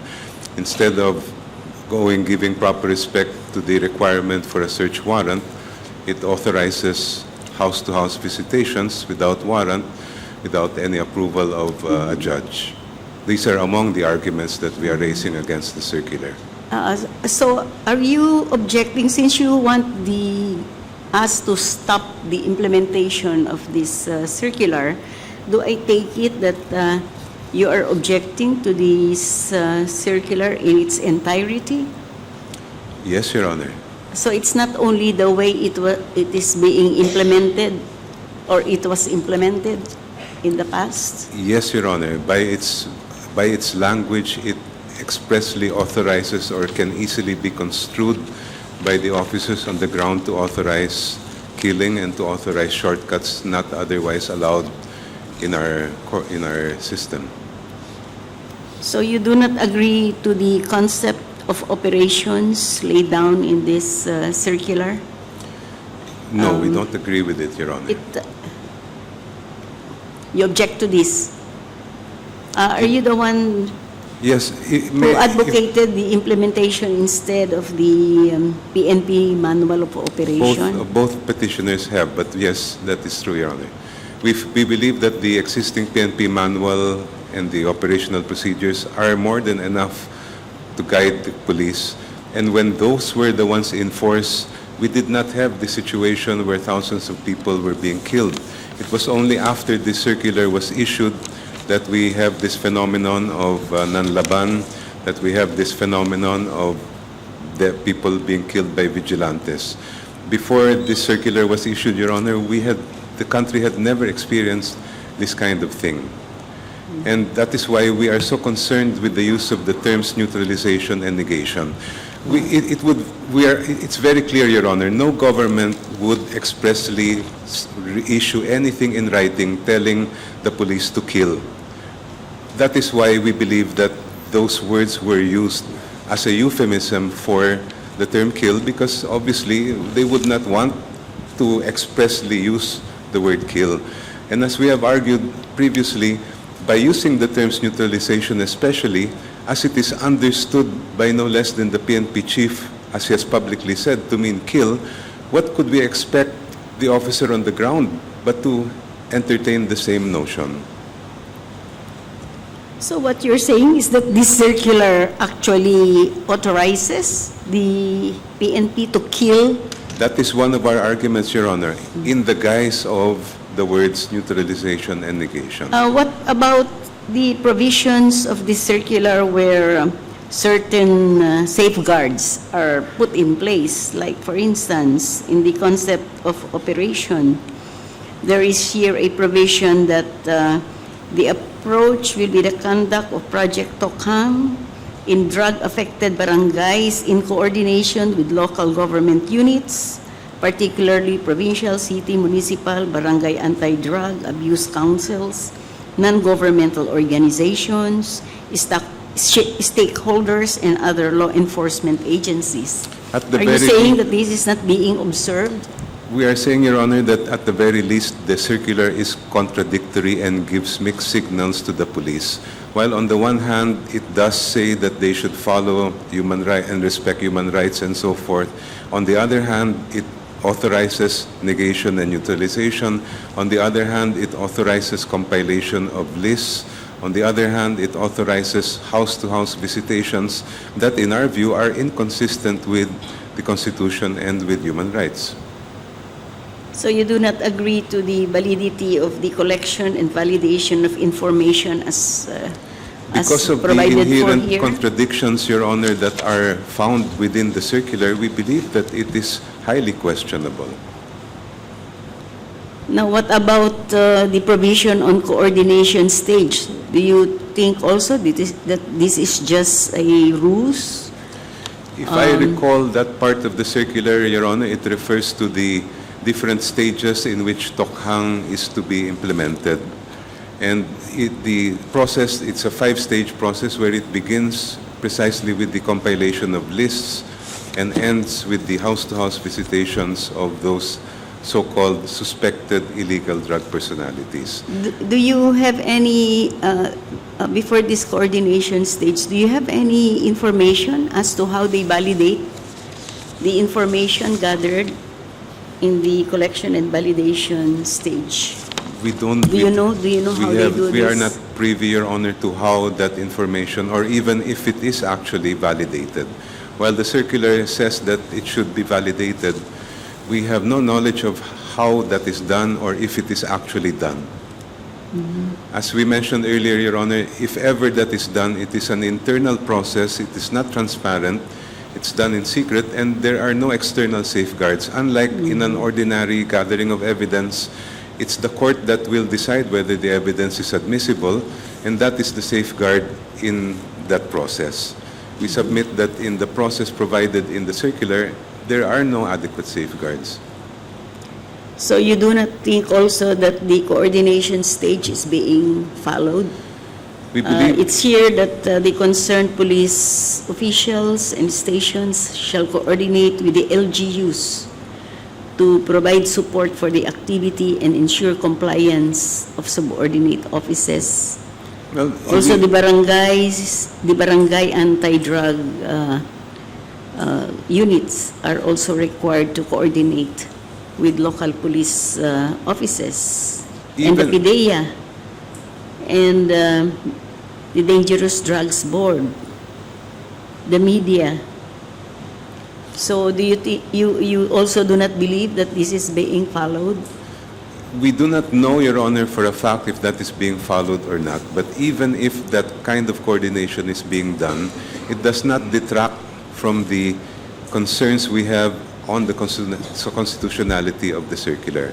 Because it still does not change the fact that the circular authorizes house-to-house visitations without warrant, that it authorizes compilations of names without any adequate safeguards, and those persons whose names appear on the list then become targets of either the first barrel, which is Tokhang, or the other barrel, which is targets, high-value targets.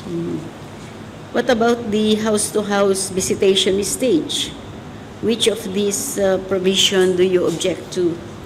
Well, the entire provision, the entire concept, Your Honor, of Tokhang, we submit, offends the Constitution because it circumvents the need for a judge to issue a warrant. It circumvents the protection provided by a judge who will stand between the police and the persons and make sure that the citizens' rights are not invaded.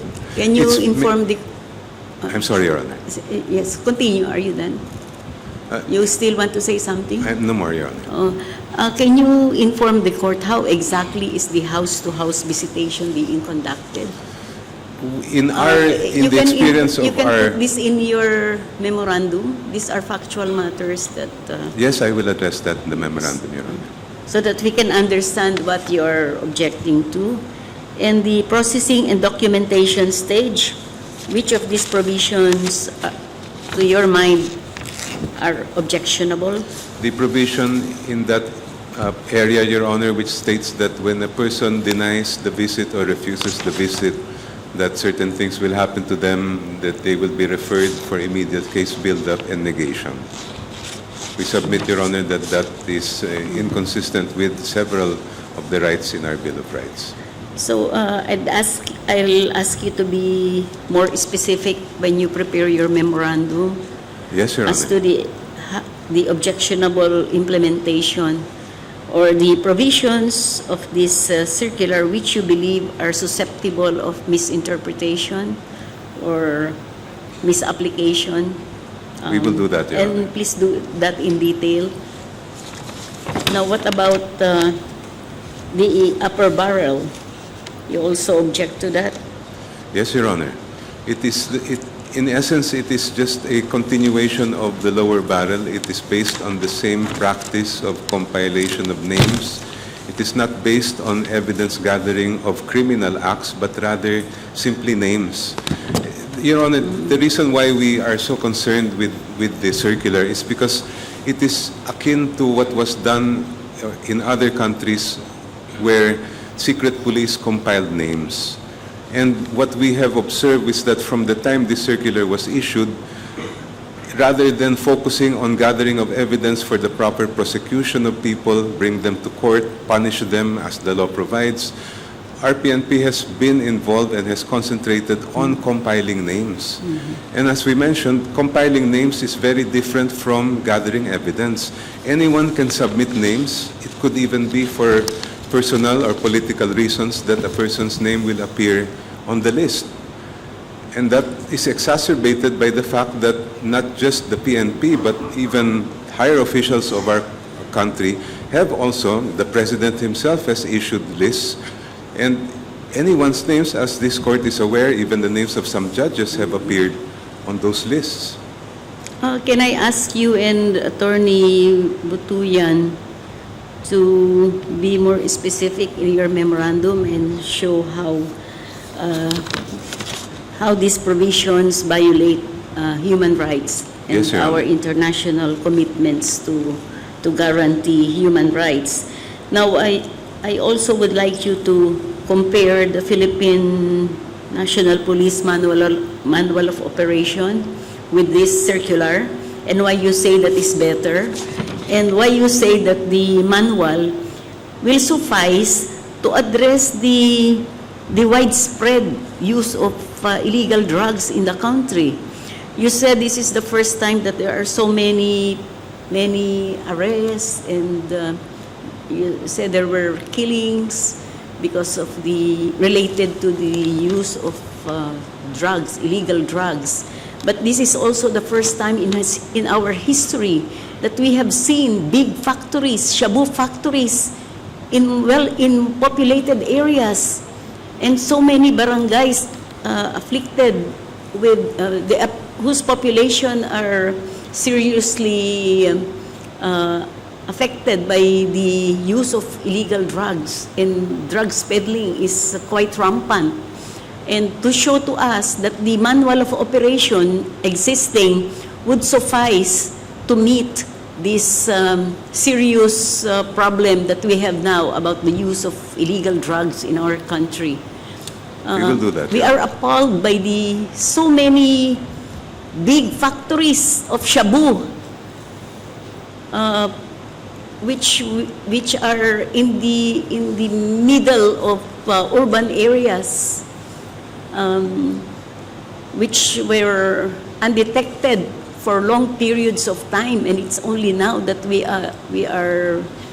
have seen that there are so many of these drug factories, and there are so many drugs are imported into the country, passing through customs, involving billions of money. How should the government address this malady, social malady of our present-day society? We share Your Honor's concern, and we also wonder why the government is not going after those big warehouses, Your Honor. Okay, so I'd like to see you deal with those matters in your memorandum. We will do that, Your Honor. Thank you. Thank you.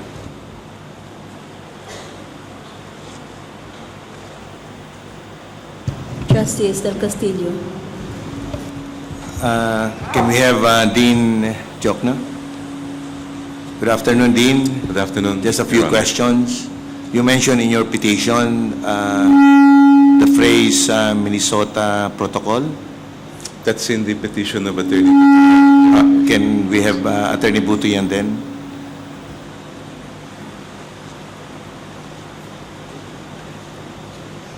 We don't encounter this phrase very often. What do you understand by this, Counsel? Your Honor, it is the work of acclaimed experts in the field, Your Honor. And it outlines the generally accepted investigation procedures that would comply with international law with respect to investigations that investigations on deaths, Your Honor, especially if these deaths are caused by state agents, Your Honor. This is a UN document? It was drafted by a panel of experts, Your Honor. And What is our participation in this document? The Philippines, I mean, are we a signatory to this protocol? no, this is not a protocol, Your Honor. But this is an output of a panel of experts, Your Honor, that was presented to the I believe to the United Nations, Your Honor. When was this? Would you know when this was passed? Your Honor, this is the last time that this was somewhat amended was, I think, 2016, Your Honor. Would you know why we're not a signatory to this document?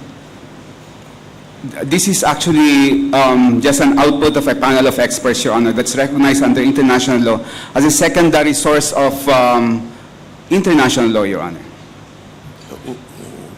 How does this now relate to our case, this particular protocol? This is the generally accepted, this outlines the generally accepted procedure of how countries should investigate deaths, especially when they result from suspicions that there is state involvement in this death, Your Honor.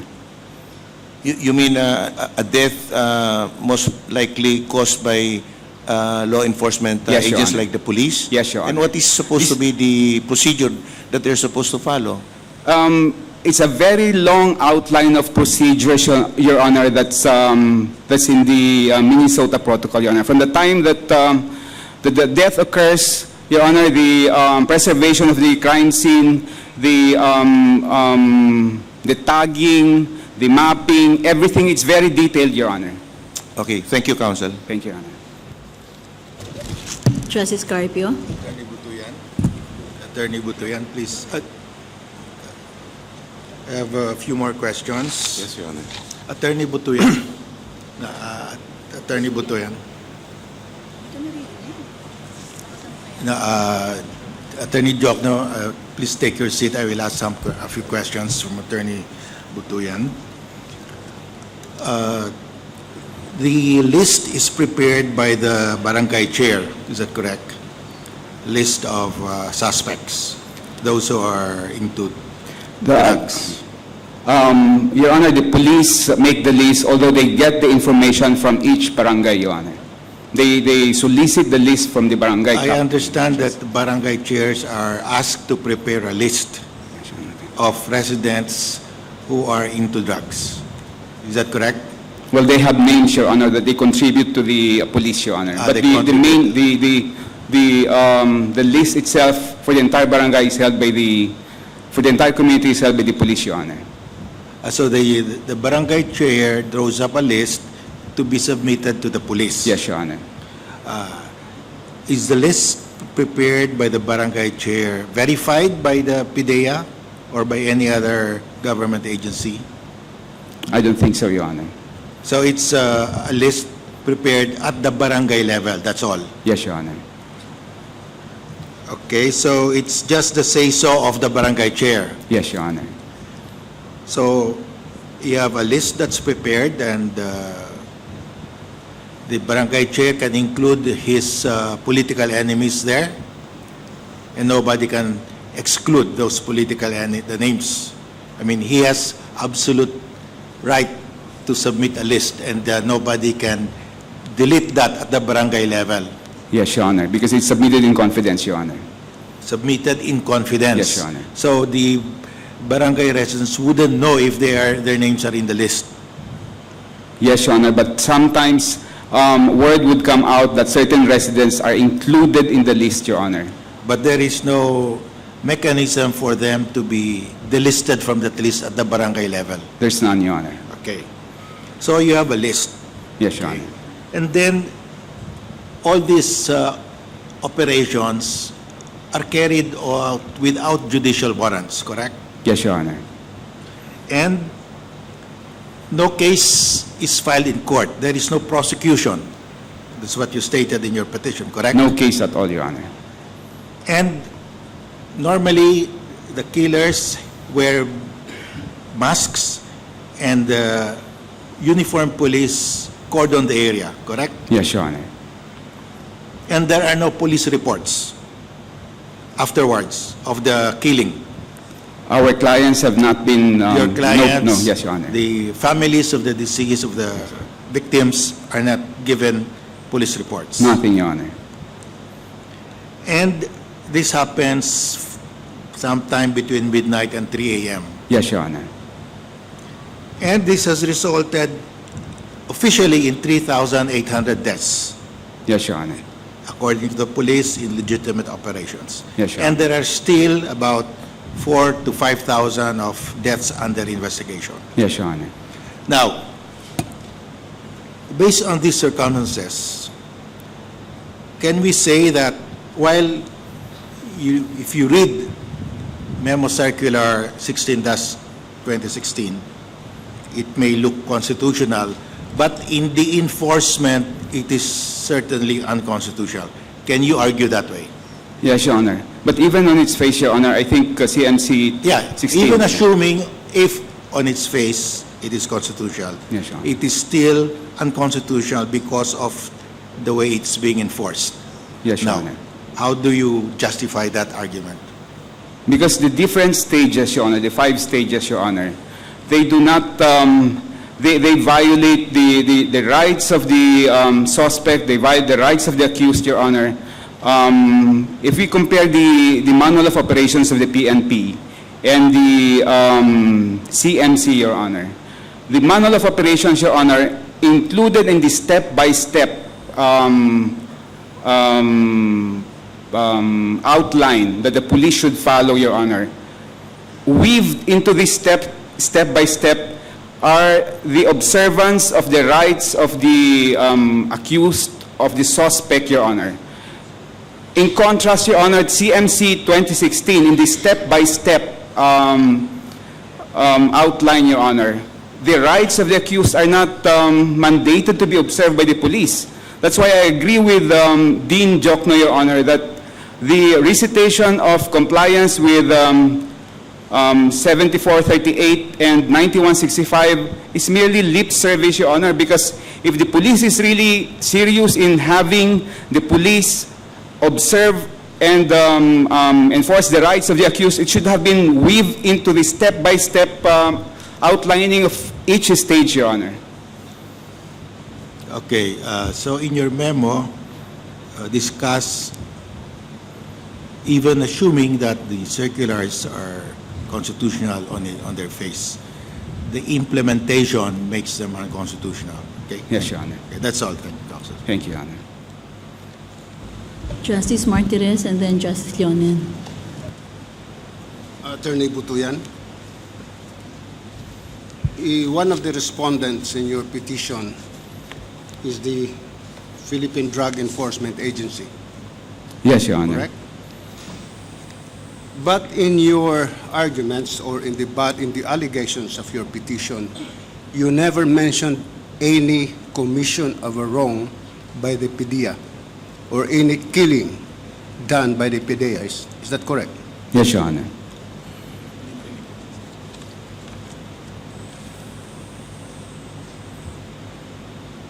The killings were all perpetrated by the police officers. Yes, Your Honor.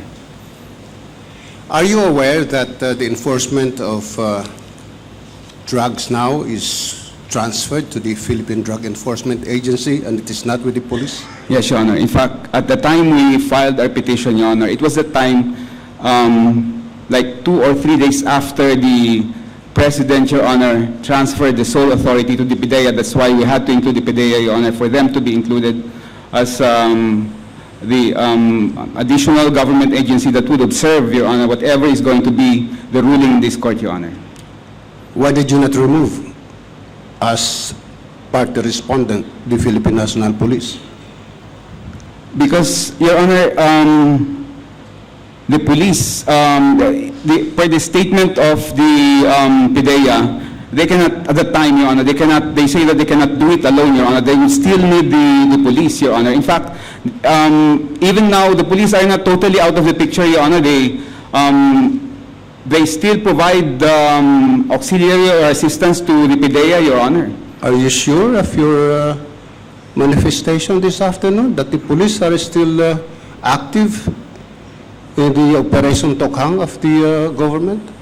Not in the actual operation, but they provide auxiliary services or What assistance are to the these PDEA, Your Honor. auxiliary services? Probably intelligence, Your Honor, because Why that was use the the word statement. probably? Do not use the word probably. If you're sure, if there are auxiliary services being provided by the police, do not use the word probably. What are these auxiliary services? If I remember correctly, Your Honor, the police came up with a statement, official statement, that they would still support the PDEA in their operations, in their drug operations, Your Honor. Have you heard of an incident where the police gave their support to the PDEA? Nothing in particular, Your Honor. Could you please read to us, for the record, the judicial affidavit of Sister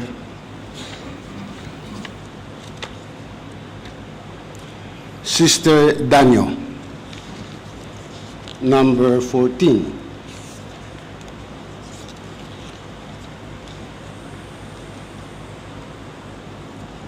Why were you not bothered when AJ case has started to happen in San Andres, Bukid?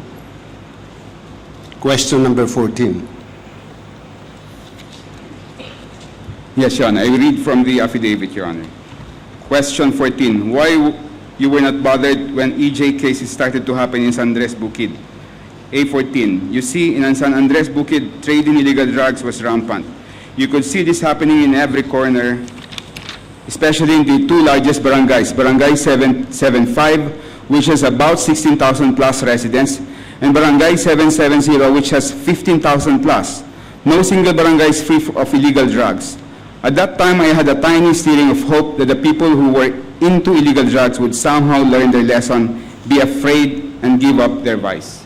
Is any of the petitioner a resident of these two barangays? Yes, Your Honor. What is the land area of Barangay 775? Your Honor. What is the land area of Barangay 775 that comprises of 16,000 plus residents? I don't have the information at this point, You Your Honor. don't have any information. What about Barangay 770? What is the land area? We will include that in our memorandum, Your Honor. Could you read your number one prayer for relief?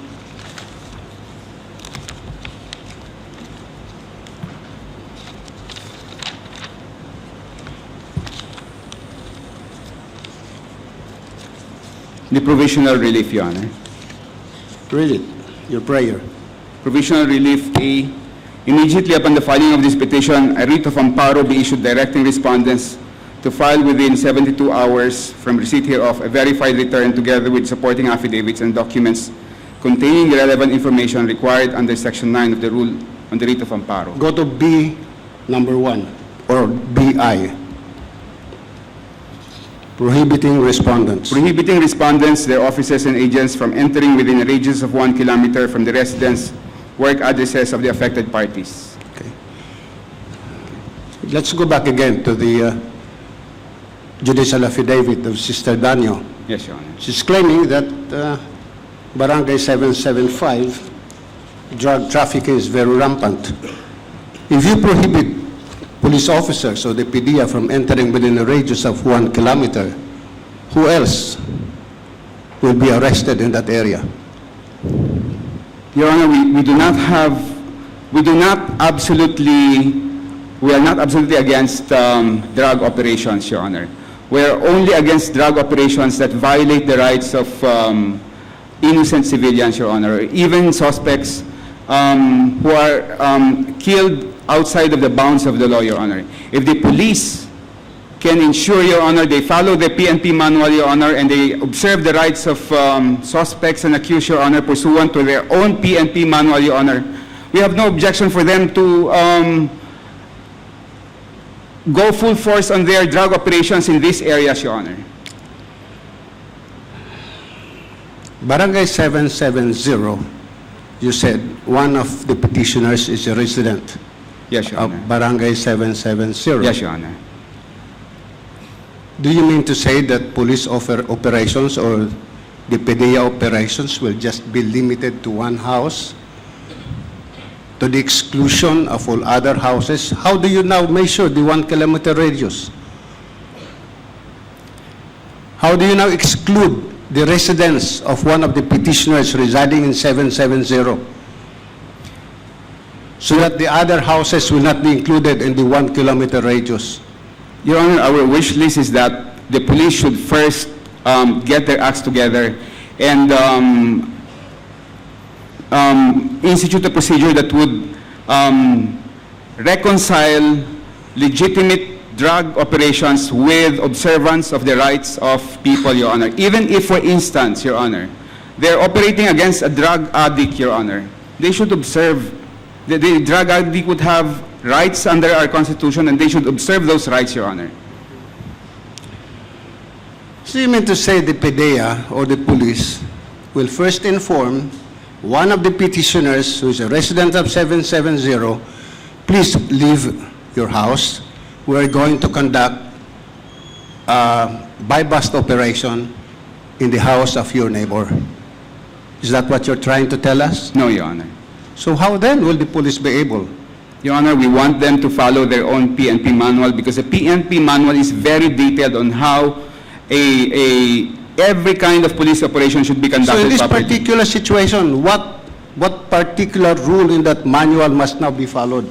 Your Honor, there is a section for every, even a drug by bus operation. It's very detailed step by step, Your We're Honor. talking here of the 1 kilometer radius that you're asking. This is the house of the petitioner. Yes, Your Honor. This is the house of the suspected drug pusher. Yes, Your How do you now measure the 1 kilometer radius? Your Honor, Excluding the house of the petitioner. Your Honor, we base this prayer for relief on the Murillo case that we filed and where we obtained a 1 kilometer radius protection, temporary protection order from this honorable court, Your Honor. You were talking also of a jurisprudence from Chile or Brazil Yes, Chile or or Argentina. Argentina? Yes, Your Could you Honor. cite that in your memorandum? We will, Your Honor. Thank you. Justice Leonen. Attorney Butuyan, your clients are mostly coming from the RGS sisters, is that not correct? Yes, Your Honor. RGS, and what does RGS mean again? Religious of the Good Shepherd, Your Honor. Religious of the Good Shepherd. These are Catholic nuns? Not all of them, Your Honor. Some of them are actually community workers connected with the RGS, Your Honor. Okay, you mean that they are Catholics, all of them? Yes, Your Honor. And this is not a political party, I understand. No, not. They are not campaigning for or against any presidential candidate or any senatorial candidate now, No, Your Honor. now or in the future. Is that not correct? Yes, Your Honor. What is the role of the RGS sisters in the community that you are representing? Originally, they had a religious purpose in the community, Your Honor. So they are no longer religious. They are religious, Your They Honor. are religious. So what is their actual mission in the community? To spread the word, Your Honor. Spread what word? Constitution? The Christian word, Your Honor. Yes. And how do they do that, if you know? They, By attending to the needs of the community where they are located. Is that not correct? yes, Your Honor. And I think And- they also do Bible studies, Your Honor. Yes, and like Christ, if I know Christ, he actually went to communities and looked at their problems and attended to the problems the way that the best that they could in order to show Catholicism as lived. Is that not correct? Yes, Your Honor. Yes. So I still remember my Catholic upbringing. Is that not correct? Yes, well, Your Honor. you may not answer that. In other words, I am asking, what is the motive of the RGS sisters in giving sanctuary and succor to all those that have been victims of what you allege to be systematic violence? They want to help the community, Your Honor, the members of the community, Your Honor. Now, why is it not the community themselves that have filed this case? Your Honor, these are really very poor people, Your Honor. They don't even have the money to come to even just attend meetings with their lawyers, Your Honor. Yes, and you described their houses as almost a box. Is that Yes, not Your Honor. correct? Yes, Your In Honor. fact, there is an incident, I think your first petitioner is actually about two, I think 19 and 20-year-olds who had to leave their small house, their small box, because the sister or the cousin of one of them just gave birth. Is that not correct? Yes, Your Honor. Yes. May I know who this is? Anyway, it's in your pleading. In other words, they are there in order to be the voice of the community. Is that not correct? Yes, Your Honor. Yes. And the community that they represent do not have the resources. I think you mentioned that. Yes, Is Your that not Honor. correct? They do not have the resources even to pay for your transportation or the transportation for them to go to your office. Is Yes, that Your not Honor. correct? Yes, Your Honor. And to a certain extent, any petition filed with the Supreme Court, or any court for that matter, the petitioner is a majority of one. Is that not correct? In other words, it can get the petitioner for the right reason and the right law, the right interpretation of the law, can get the coercive mechanism of this entire state to move in their favor. Is that not correct? Yes, Your Honor. And the Bill of Rights is actually there to protect the minority, the downtrodden, the people that do not have the resources, that those that are drowned out by the majority voice. Is that not correct? Yes, Your Honor. So In other words, it may be that the majority of the Filipino people might want to get rid of drugs. Perhaps even your client want to get rid of drugs. But there are certain ways by which this procedure is being done that actually hurts the minority more than it helps them. Is that not correct? Yes, Your Honor. Yes, and it is this minority, for the voices of this minority that you are amplifying in your petition. Is that not correct? Yes, Your Honor. Yes, I just wanted to be clear because at a certain point we will have to assess whether the factual allegations made by your clients have underlying motivation, such as, for instance, they are made by the DELA 1 or perhaps people that are against this administration, correct? Yes, Your As Honor. a matter not of at all. fact, I was attracted by one sentence in your pleading. In your first sentence, you did mention that many of them voted for the current president. Is that not correct? That's true, Your Honor. And they are willing to execute an affidavit to do that, although, of course, they have waived their sanctity of the ballot. Is that not correct? Yes, Your Honor. Yes, okay. Now, there is a list you mentioned. That list generated for purposes of this program called the Tokhang. Is that not correct? Yes, Your Honor. Yes. Is it easy to get into the list? It's easy, Your Honor. All you need is somebody in the community telling on you. Is that not correct? Yes, Your Honor. Yes. And of course, the police, they have their own way of validation because according to the rules on Tokhang, there is some level of investigation that goes on in order to determine whether or not a person must be in the list. Is that not correct? On paper, yes, Your Honor. Yes. How does one get out of the list? There's no procedure, Your Honor. There is no procedure. In other Yes. words, the CMC circular and the department manuals of the DILG as well as the police manual have no provision in order for one person who is in the list to actually know that they are in the list and to actually have their name removed. Is that not correct? Yes, Your Honor. Has any of your clients tried to get out of the list, that list? Yes, Your Honor. And what happened? They were not entertained by the police, Your Honor. They were not entertained by the police Yes, sir. because the police were not allowing them to... you mean there is no administrative procedure for getting your name off a list that says drug suspects? There's none, Your Honor. There's none, okay. Now, labeling is one function that legal fiction does. For example, when you are convicted of a crime, you are a convict. Is that not correct? Yes, Your Honor. That you have committed that particular crime. Is that not correct? Yes, Your Honor. And labeling, for all intents and purposes, signals to the society that certain things can visit you, certain consequences, such as, for instance, when you are said to be a convict, then either there is conviction or the payment of a fine. Is that not correct? Yes, Your Honor. Yes. Now, in terms of the list, what is the title of the list? What is the label given to the individuals that are in the list? Are they called drug addicts, drug pushers, they're drug called- personalities? Drug addicts, Your Honor. In fact, the CMC circular uses the term drug personalities. Is that not correct? Yes, Your Honor. Yes, and when you are said to be drug personalities, the normal cultural and political consequences of that label certainly visits that person. Is that not correct? Yes, Your Honor. Yes. Were you the one that mentioned that there was a statement by the DOJ secretary regarding drug addicts?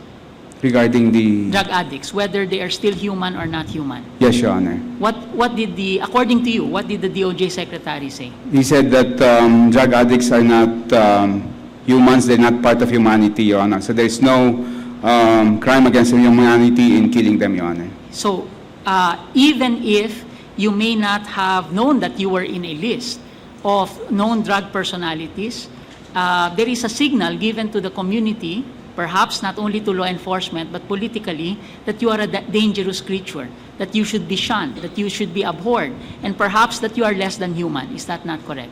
Yes, Your Honor. There are certain kinds of labels that are put on you that make you less than human. Is that not correct? Yes, Your Honor. Of course, it can be done by your friends or your enemies, and that's understandable when you live in a society. Is that not correct? Yes, Your Honor. But when it is done by your government, when there is an official process that does that, then would you say that there is some fundamental right that is violated? There is, Your Honor. What is that fundamental right that is violated? The presumption of innocence, Your Honor. Your presumption of innocence, could it be your right to life? Even that, Your Could Honor. it be Article 2, Section 12 that the human dignity should be respected by the state. The state shall respect the human dignity of every person.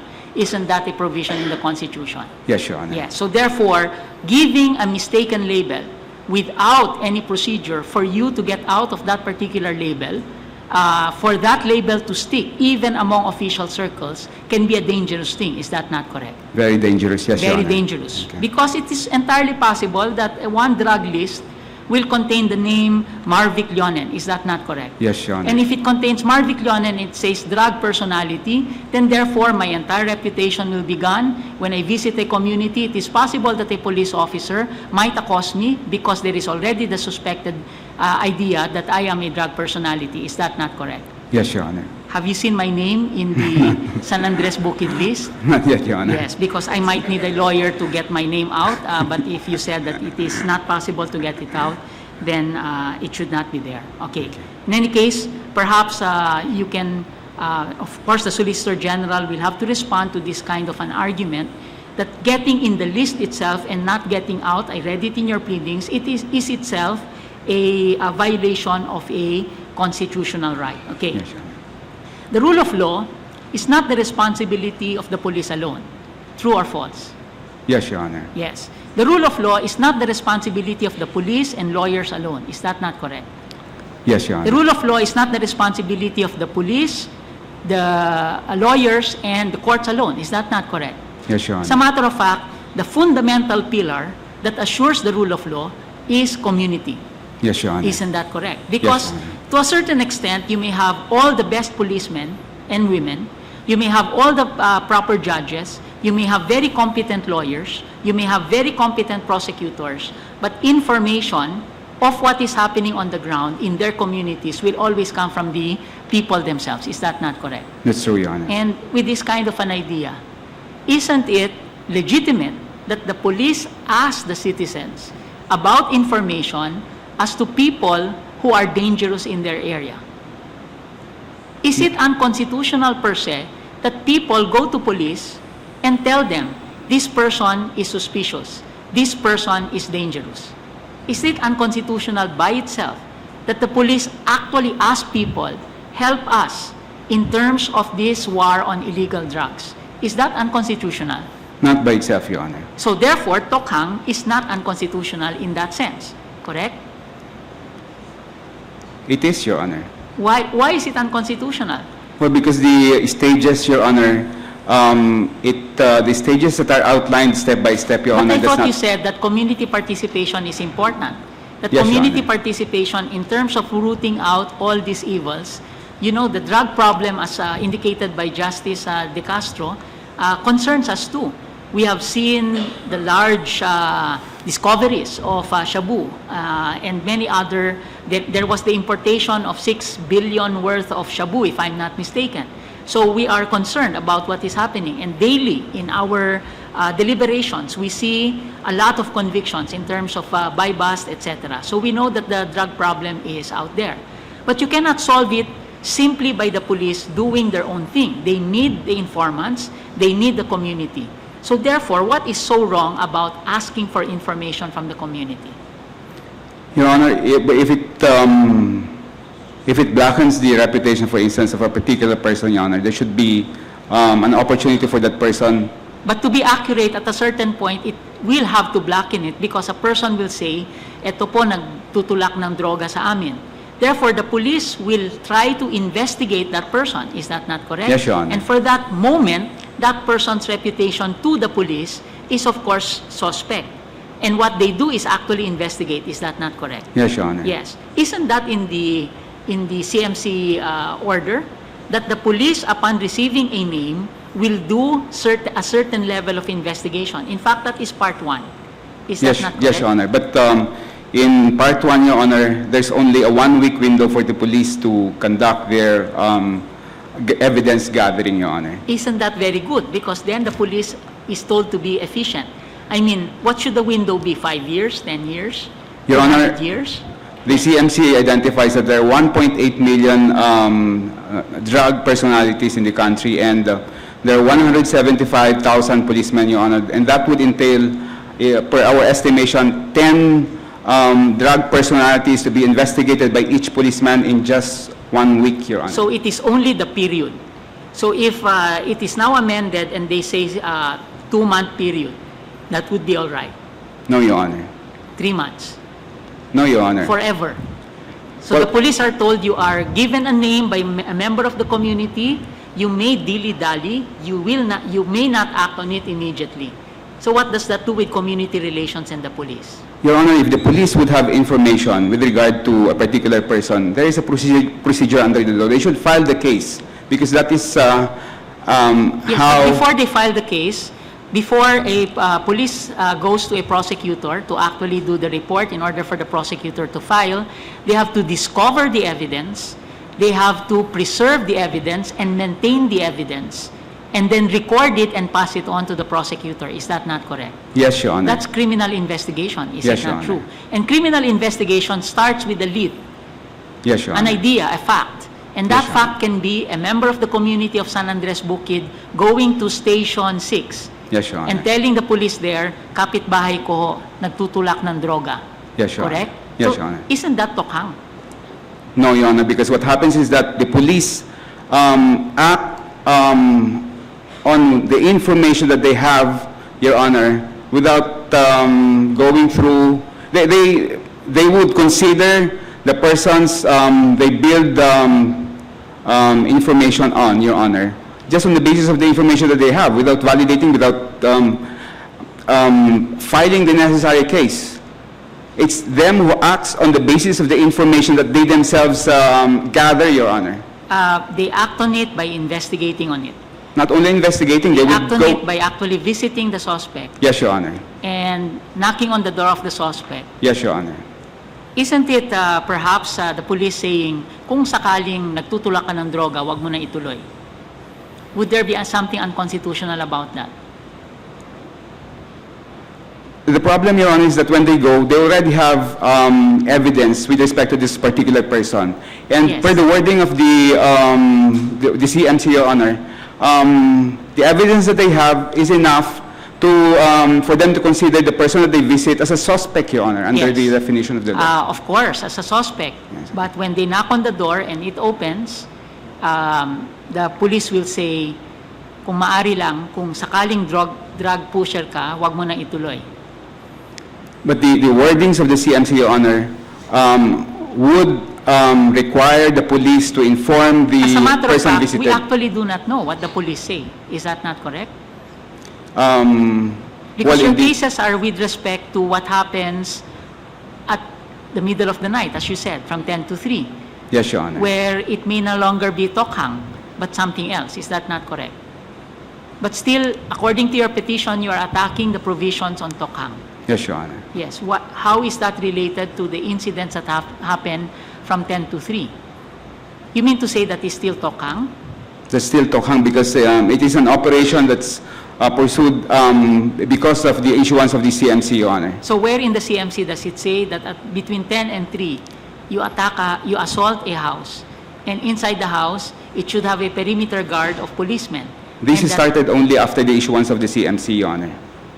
Which was after the elections. Is that Yes, not Your correct? Honor. Yes, Your Honor. And when the president says, let's be aggressive about illegal drugs. Is that not correct? Yes, Your Honor. Yes. Perhaps you can cover the balance between community participation and what is constitutional, and why you will say that these activities that are happening in San Andres Bukid would be unconstitutional in the light of the need for community participation. By the way, Counsel, is the drop box still existing in San Andres Bukid?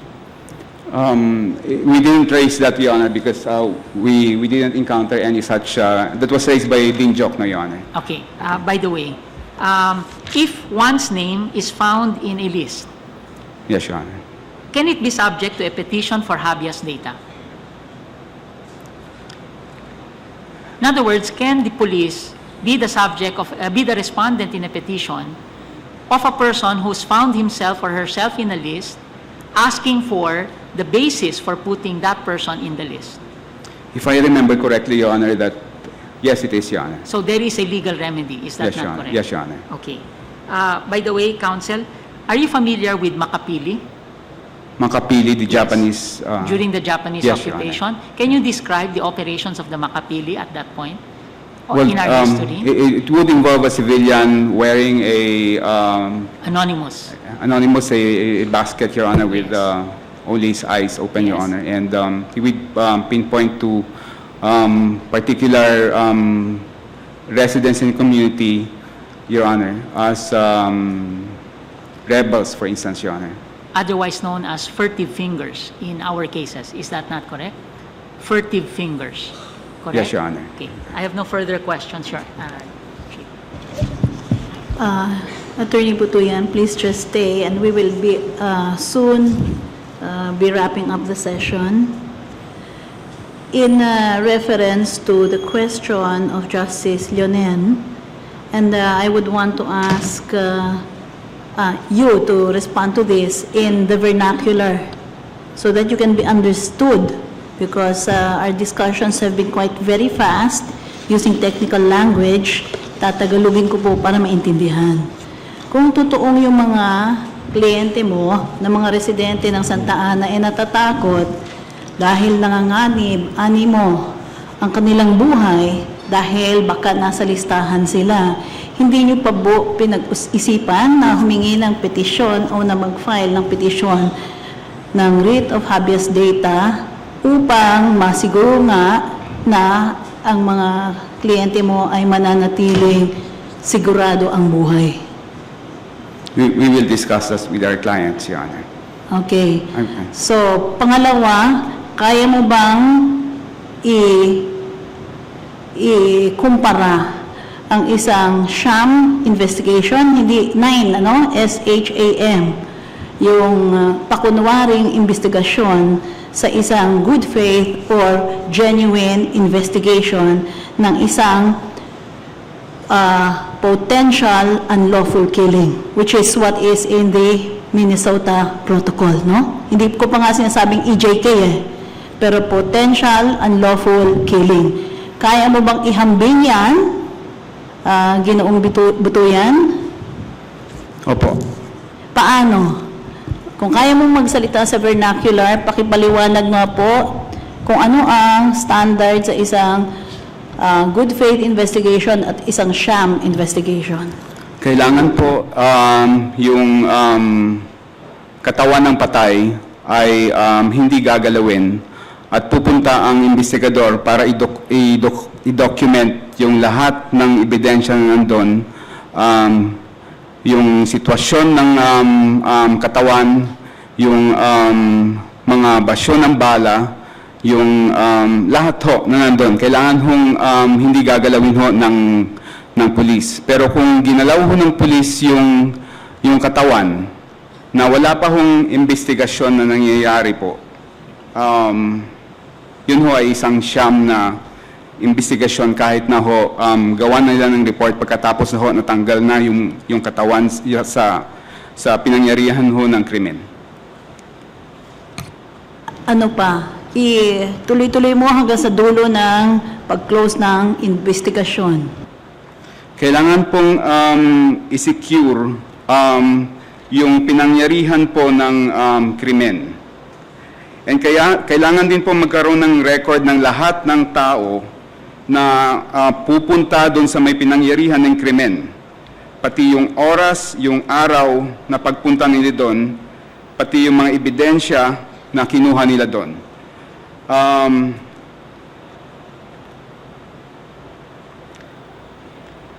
Lahat po ng ebidensya na nakukuha sa pinangyarihan ng krimen ay kailangan hong i-preserve at i-analyze po ng mga forensic experts po.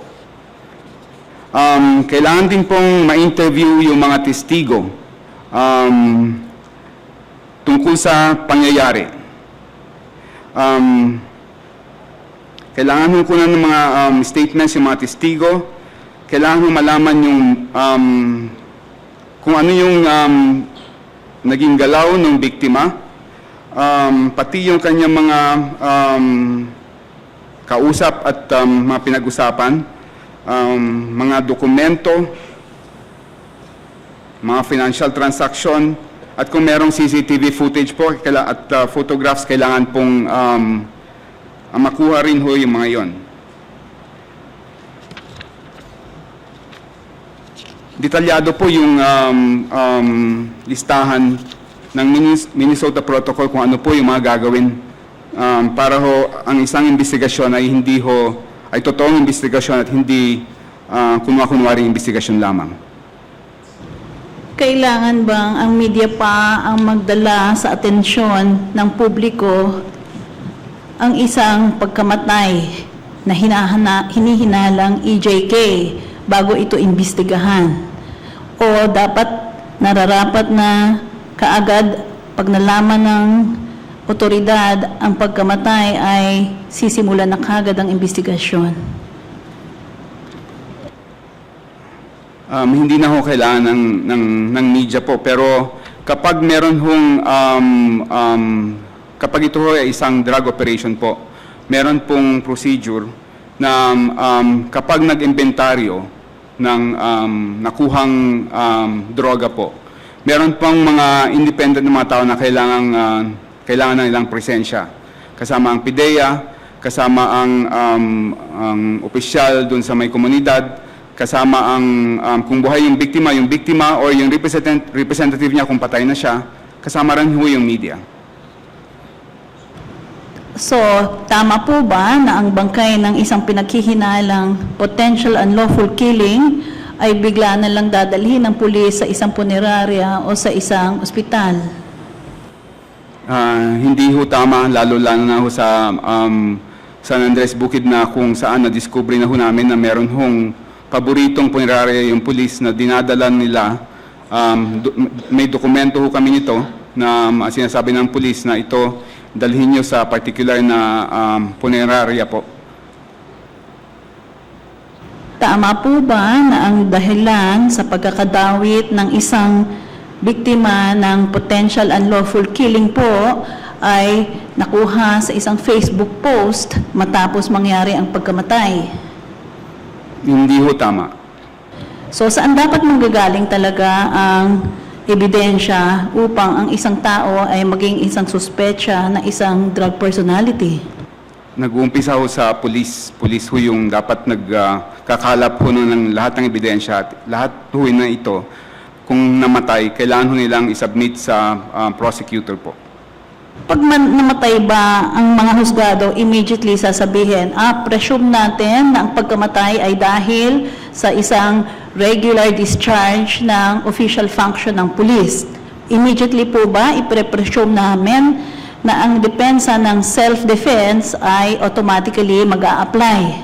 O yung sinasabi na ang police ay nanganganib ang buhay, kaya minarapat niyang unahan ang pagbaril sa namatay?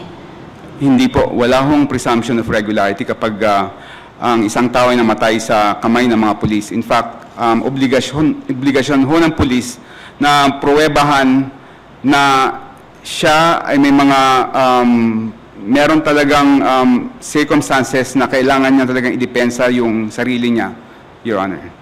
Maaari rin po ba na ang presumption ng regularity of discharge of the regularity of the discharge of the police function ay i-apply din sa isang taong nakakulong na namatay sa loob ng selda? Hindi ho, wala rin hong presumption of regularity pag ganun po. So, pag sinasabing lahat ng mga police killings naman, pwede na nating automatically, generally apply ang presumption of regularity, may basihan po ba sa konstitusyon o sa mga batas ang ganong pahayag? Wala pong batayan yung ganong klaseng posisyon. And in fact, yun ho ay isang pruweba na may impunity na nangyayari sa ating bansa.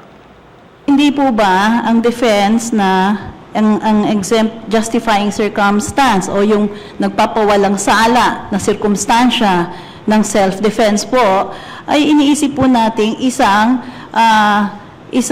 rare occurrence kasi ang una pong obligasyon ng mga pulis ay hulihing buhay ang mga personalidad na sasangkot sa krimen. Tama po. So kung marami na po tayong nasasabi natin na nanlaban na sinasabi niyong maaring libo-libo na po, ano po ang masasabi nito? Magkakaroon na ba tayo ng basihan upang masabing mayroong pong sistema o pattern na tayong makikita sa mga nangyayari? Meron na pong pattern. Paano niyo po masasabi ito? Dahil ho kung sinasabi ho ng mga kinauukulan na niwalang EJ case na nangyayari, tapos wala hong investigasyon na nangyayari, meron hong pattern talaga, meron hong talagang policy ang gobyerno na itago ho yung lahat ng mga nangyari sa mga pagpatay ng mga pulis na libo-libo na ho nangyayari. Ngunit marami naman po nagsasabi dahil sa matinding takot po ng mga nasasangkot sa droga ay mayroon na pong kapayapaan sa ating mga komunidad. Tama po ba ito? Kapayapaan po ng patay yung sinasabi ho nila. Hindi na ho nakakapagsalita yung mga mataong pinatay nila. Pero wala hong kapayapaan. In fact, mas lalo nga hong ang komunidad ay hindi mapayapa dahil lahat ho ay takot. Kung sakaling mapawalang bisa ng korteng ito, ang sinasabi niyong circular na inisyu po ng PNP ukol sa tokhang, ay paano po yung mga pulis na sinunod yung akala nilang tamang pagbasa ng circular na ito na ang pag-neutralize o ang pag-negate ay pagpapayag na kumitil ng buhay nang hindi ayon sa requirement ng self-defense.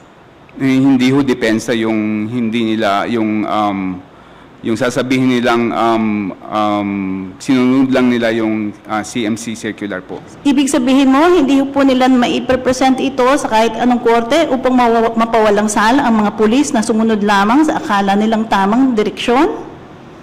Hindi ho magiging epektibong depensa yung ganong klaseng depensa po. Kung halimbawa usigin po sila ng kanilang mga kamag-anak, ng mga napatay nila, hanggang ilang taon sila pwedeng usigin ng mga ito? Ano po ang prescription period para po sa, kung sinasabi niyong murder ito, natawag niyo nga pong murder, gaano katagal po ito? Kung tama po yung pagkaalala ko, parang 30 na taon po. 30 taon po. Maari po bang silang, yung mga nasa pwede po ba silang lumipad at mga ibang bansa upang makatakas po sa pag-uusig na ito? Pwede ho silang lumabas ng bansa pero hindi ho mawawala yung kanilang liability ho sa krimen na nangyari at ginawa nila. Ilagay po natin ng isang bagitong pulis, hindi po masyadong nakakaintindi, ay sumunod ayon sa kanyang pagkakaunawa. Sabihin po natin na 27 anyos po siya, yung iba naman po ay 35. Ibig sabihin mo po hanggang 60 plus years old na po itong nasa 35 ay maaari pa ho siya bang kasuhan? Opo. Maari po ba nating sabihin na ang kailangan ng komunidad na kapayapaan upang mawala ang problema ng droga ay pwedeng solusyonan ng Oplan Tokhang? Hindi po. Bakit naman po kung mayroon naman pong mga naniniwala sa Oplan Tokhang? Sa mga pangyayari po, mas lalo hong nagiging maligalig at magulo ang ating lipunan ho. Sa tingin ko po, yung paglago ng droga ay isang problema rin ng kapulisan. Mga pulis ho na nasa mga komunidad natin, alam ho nila karamihan yung galaw. Kung lumalago ho ang droga, meron hong kapabayaan yung mga pulis sa pagsolba ng krimen, sa paglago ng droga sa kanilang mga jurisdiction. Ibig sabihin mo ba, mayroon silang obligasyon ayon sa batas na habulin talaga ang magtutulak ng droga at nagmamanufacture ng droga, ang mga utak at financier ng industriya ng droga? Yun ho yung dapat unang solusyon na gagawin nila para ho hindi ho lumago at lumala ang problema ng droga sa ating lipunan. Hindi ka nag-o-object sa ganito. Gusto mong i-prioritize ng pulis ang mga ganitong paghabol? Opo. Pero ayon sa iyo, dapat ayon sa Manual of Operations ng PNP. Opo. Sapat na po ba ito? Sapat na sapat po. In fact, napakaganda ho ng PNP Manual of Operations. Endorso pa ho ito ng Commission on Human Rights. Napakadetalyado ho ang lahat ng steps na gagawin ng bawat pulis sa lahat ng klase ng police operation po. Doon po sa Minnesota Protocol na binabanggit nyo, at doon naman po sa pagkakaintindi natin sa batas, maaari po bang kahit hindi pa ho nasasakdal sa hukuman, ay mabigyan na po ng blanket na pardon or pawalang sala ang lahat ng susunod sa isang bagay na ultimately, maaaring sabihin namin ay unconstitutional. Pwede po ba ito? Hindi ho po pwede. Ibig sabihin mo po, ang requirements pa rin po ng tamang pag-conduct ng police operation, hindi po nasupercede nitong sinasabi niyong kina-question yung circular. Hindi po. Kailangan po, ganun pa rin ang sundin nila, revised penal code, jurisprudence, at yung manual of operations. Yun pa rin po ang alituntunin sa batas. Yun pa rin po. Hindi po nababago ito. Hindi ho nababago. Hindi po nababawasan ang kabigatan ng mga anomalya na maaring mangyari dahil lamang mayroong isang circular na inisyu si General Bato po. Opo. Ganun po pa ang pagkakaintindi nyo. Opo. Kaya niyo po bang ipaliwanag ito sa inyong mga memorandum at ganun na rin po kay Attorney Jokno? Gusto ko sana pong bigyan pa kayo ng pagkakataan, ngunit kaunti na lang po ang ating oras unless mayroon po kayong gustong idagdag, Attorney Jokno.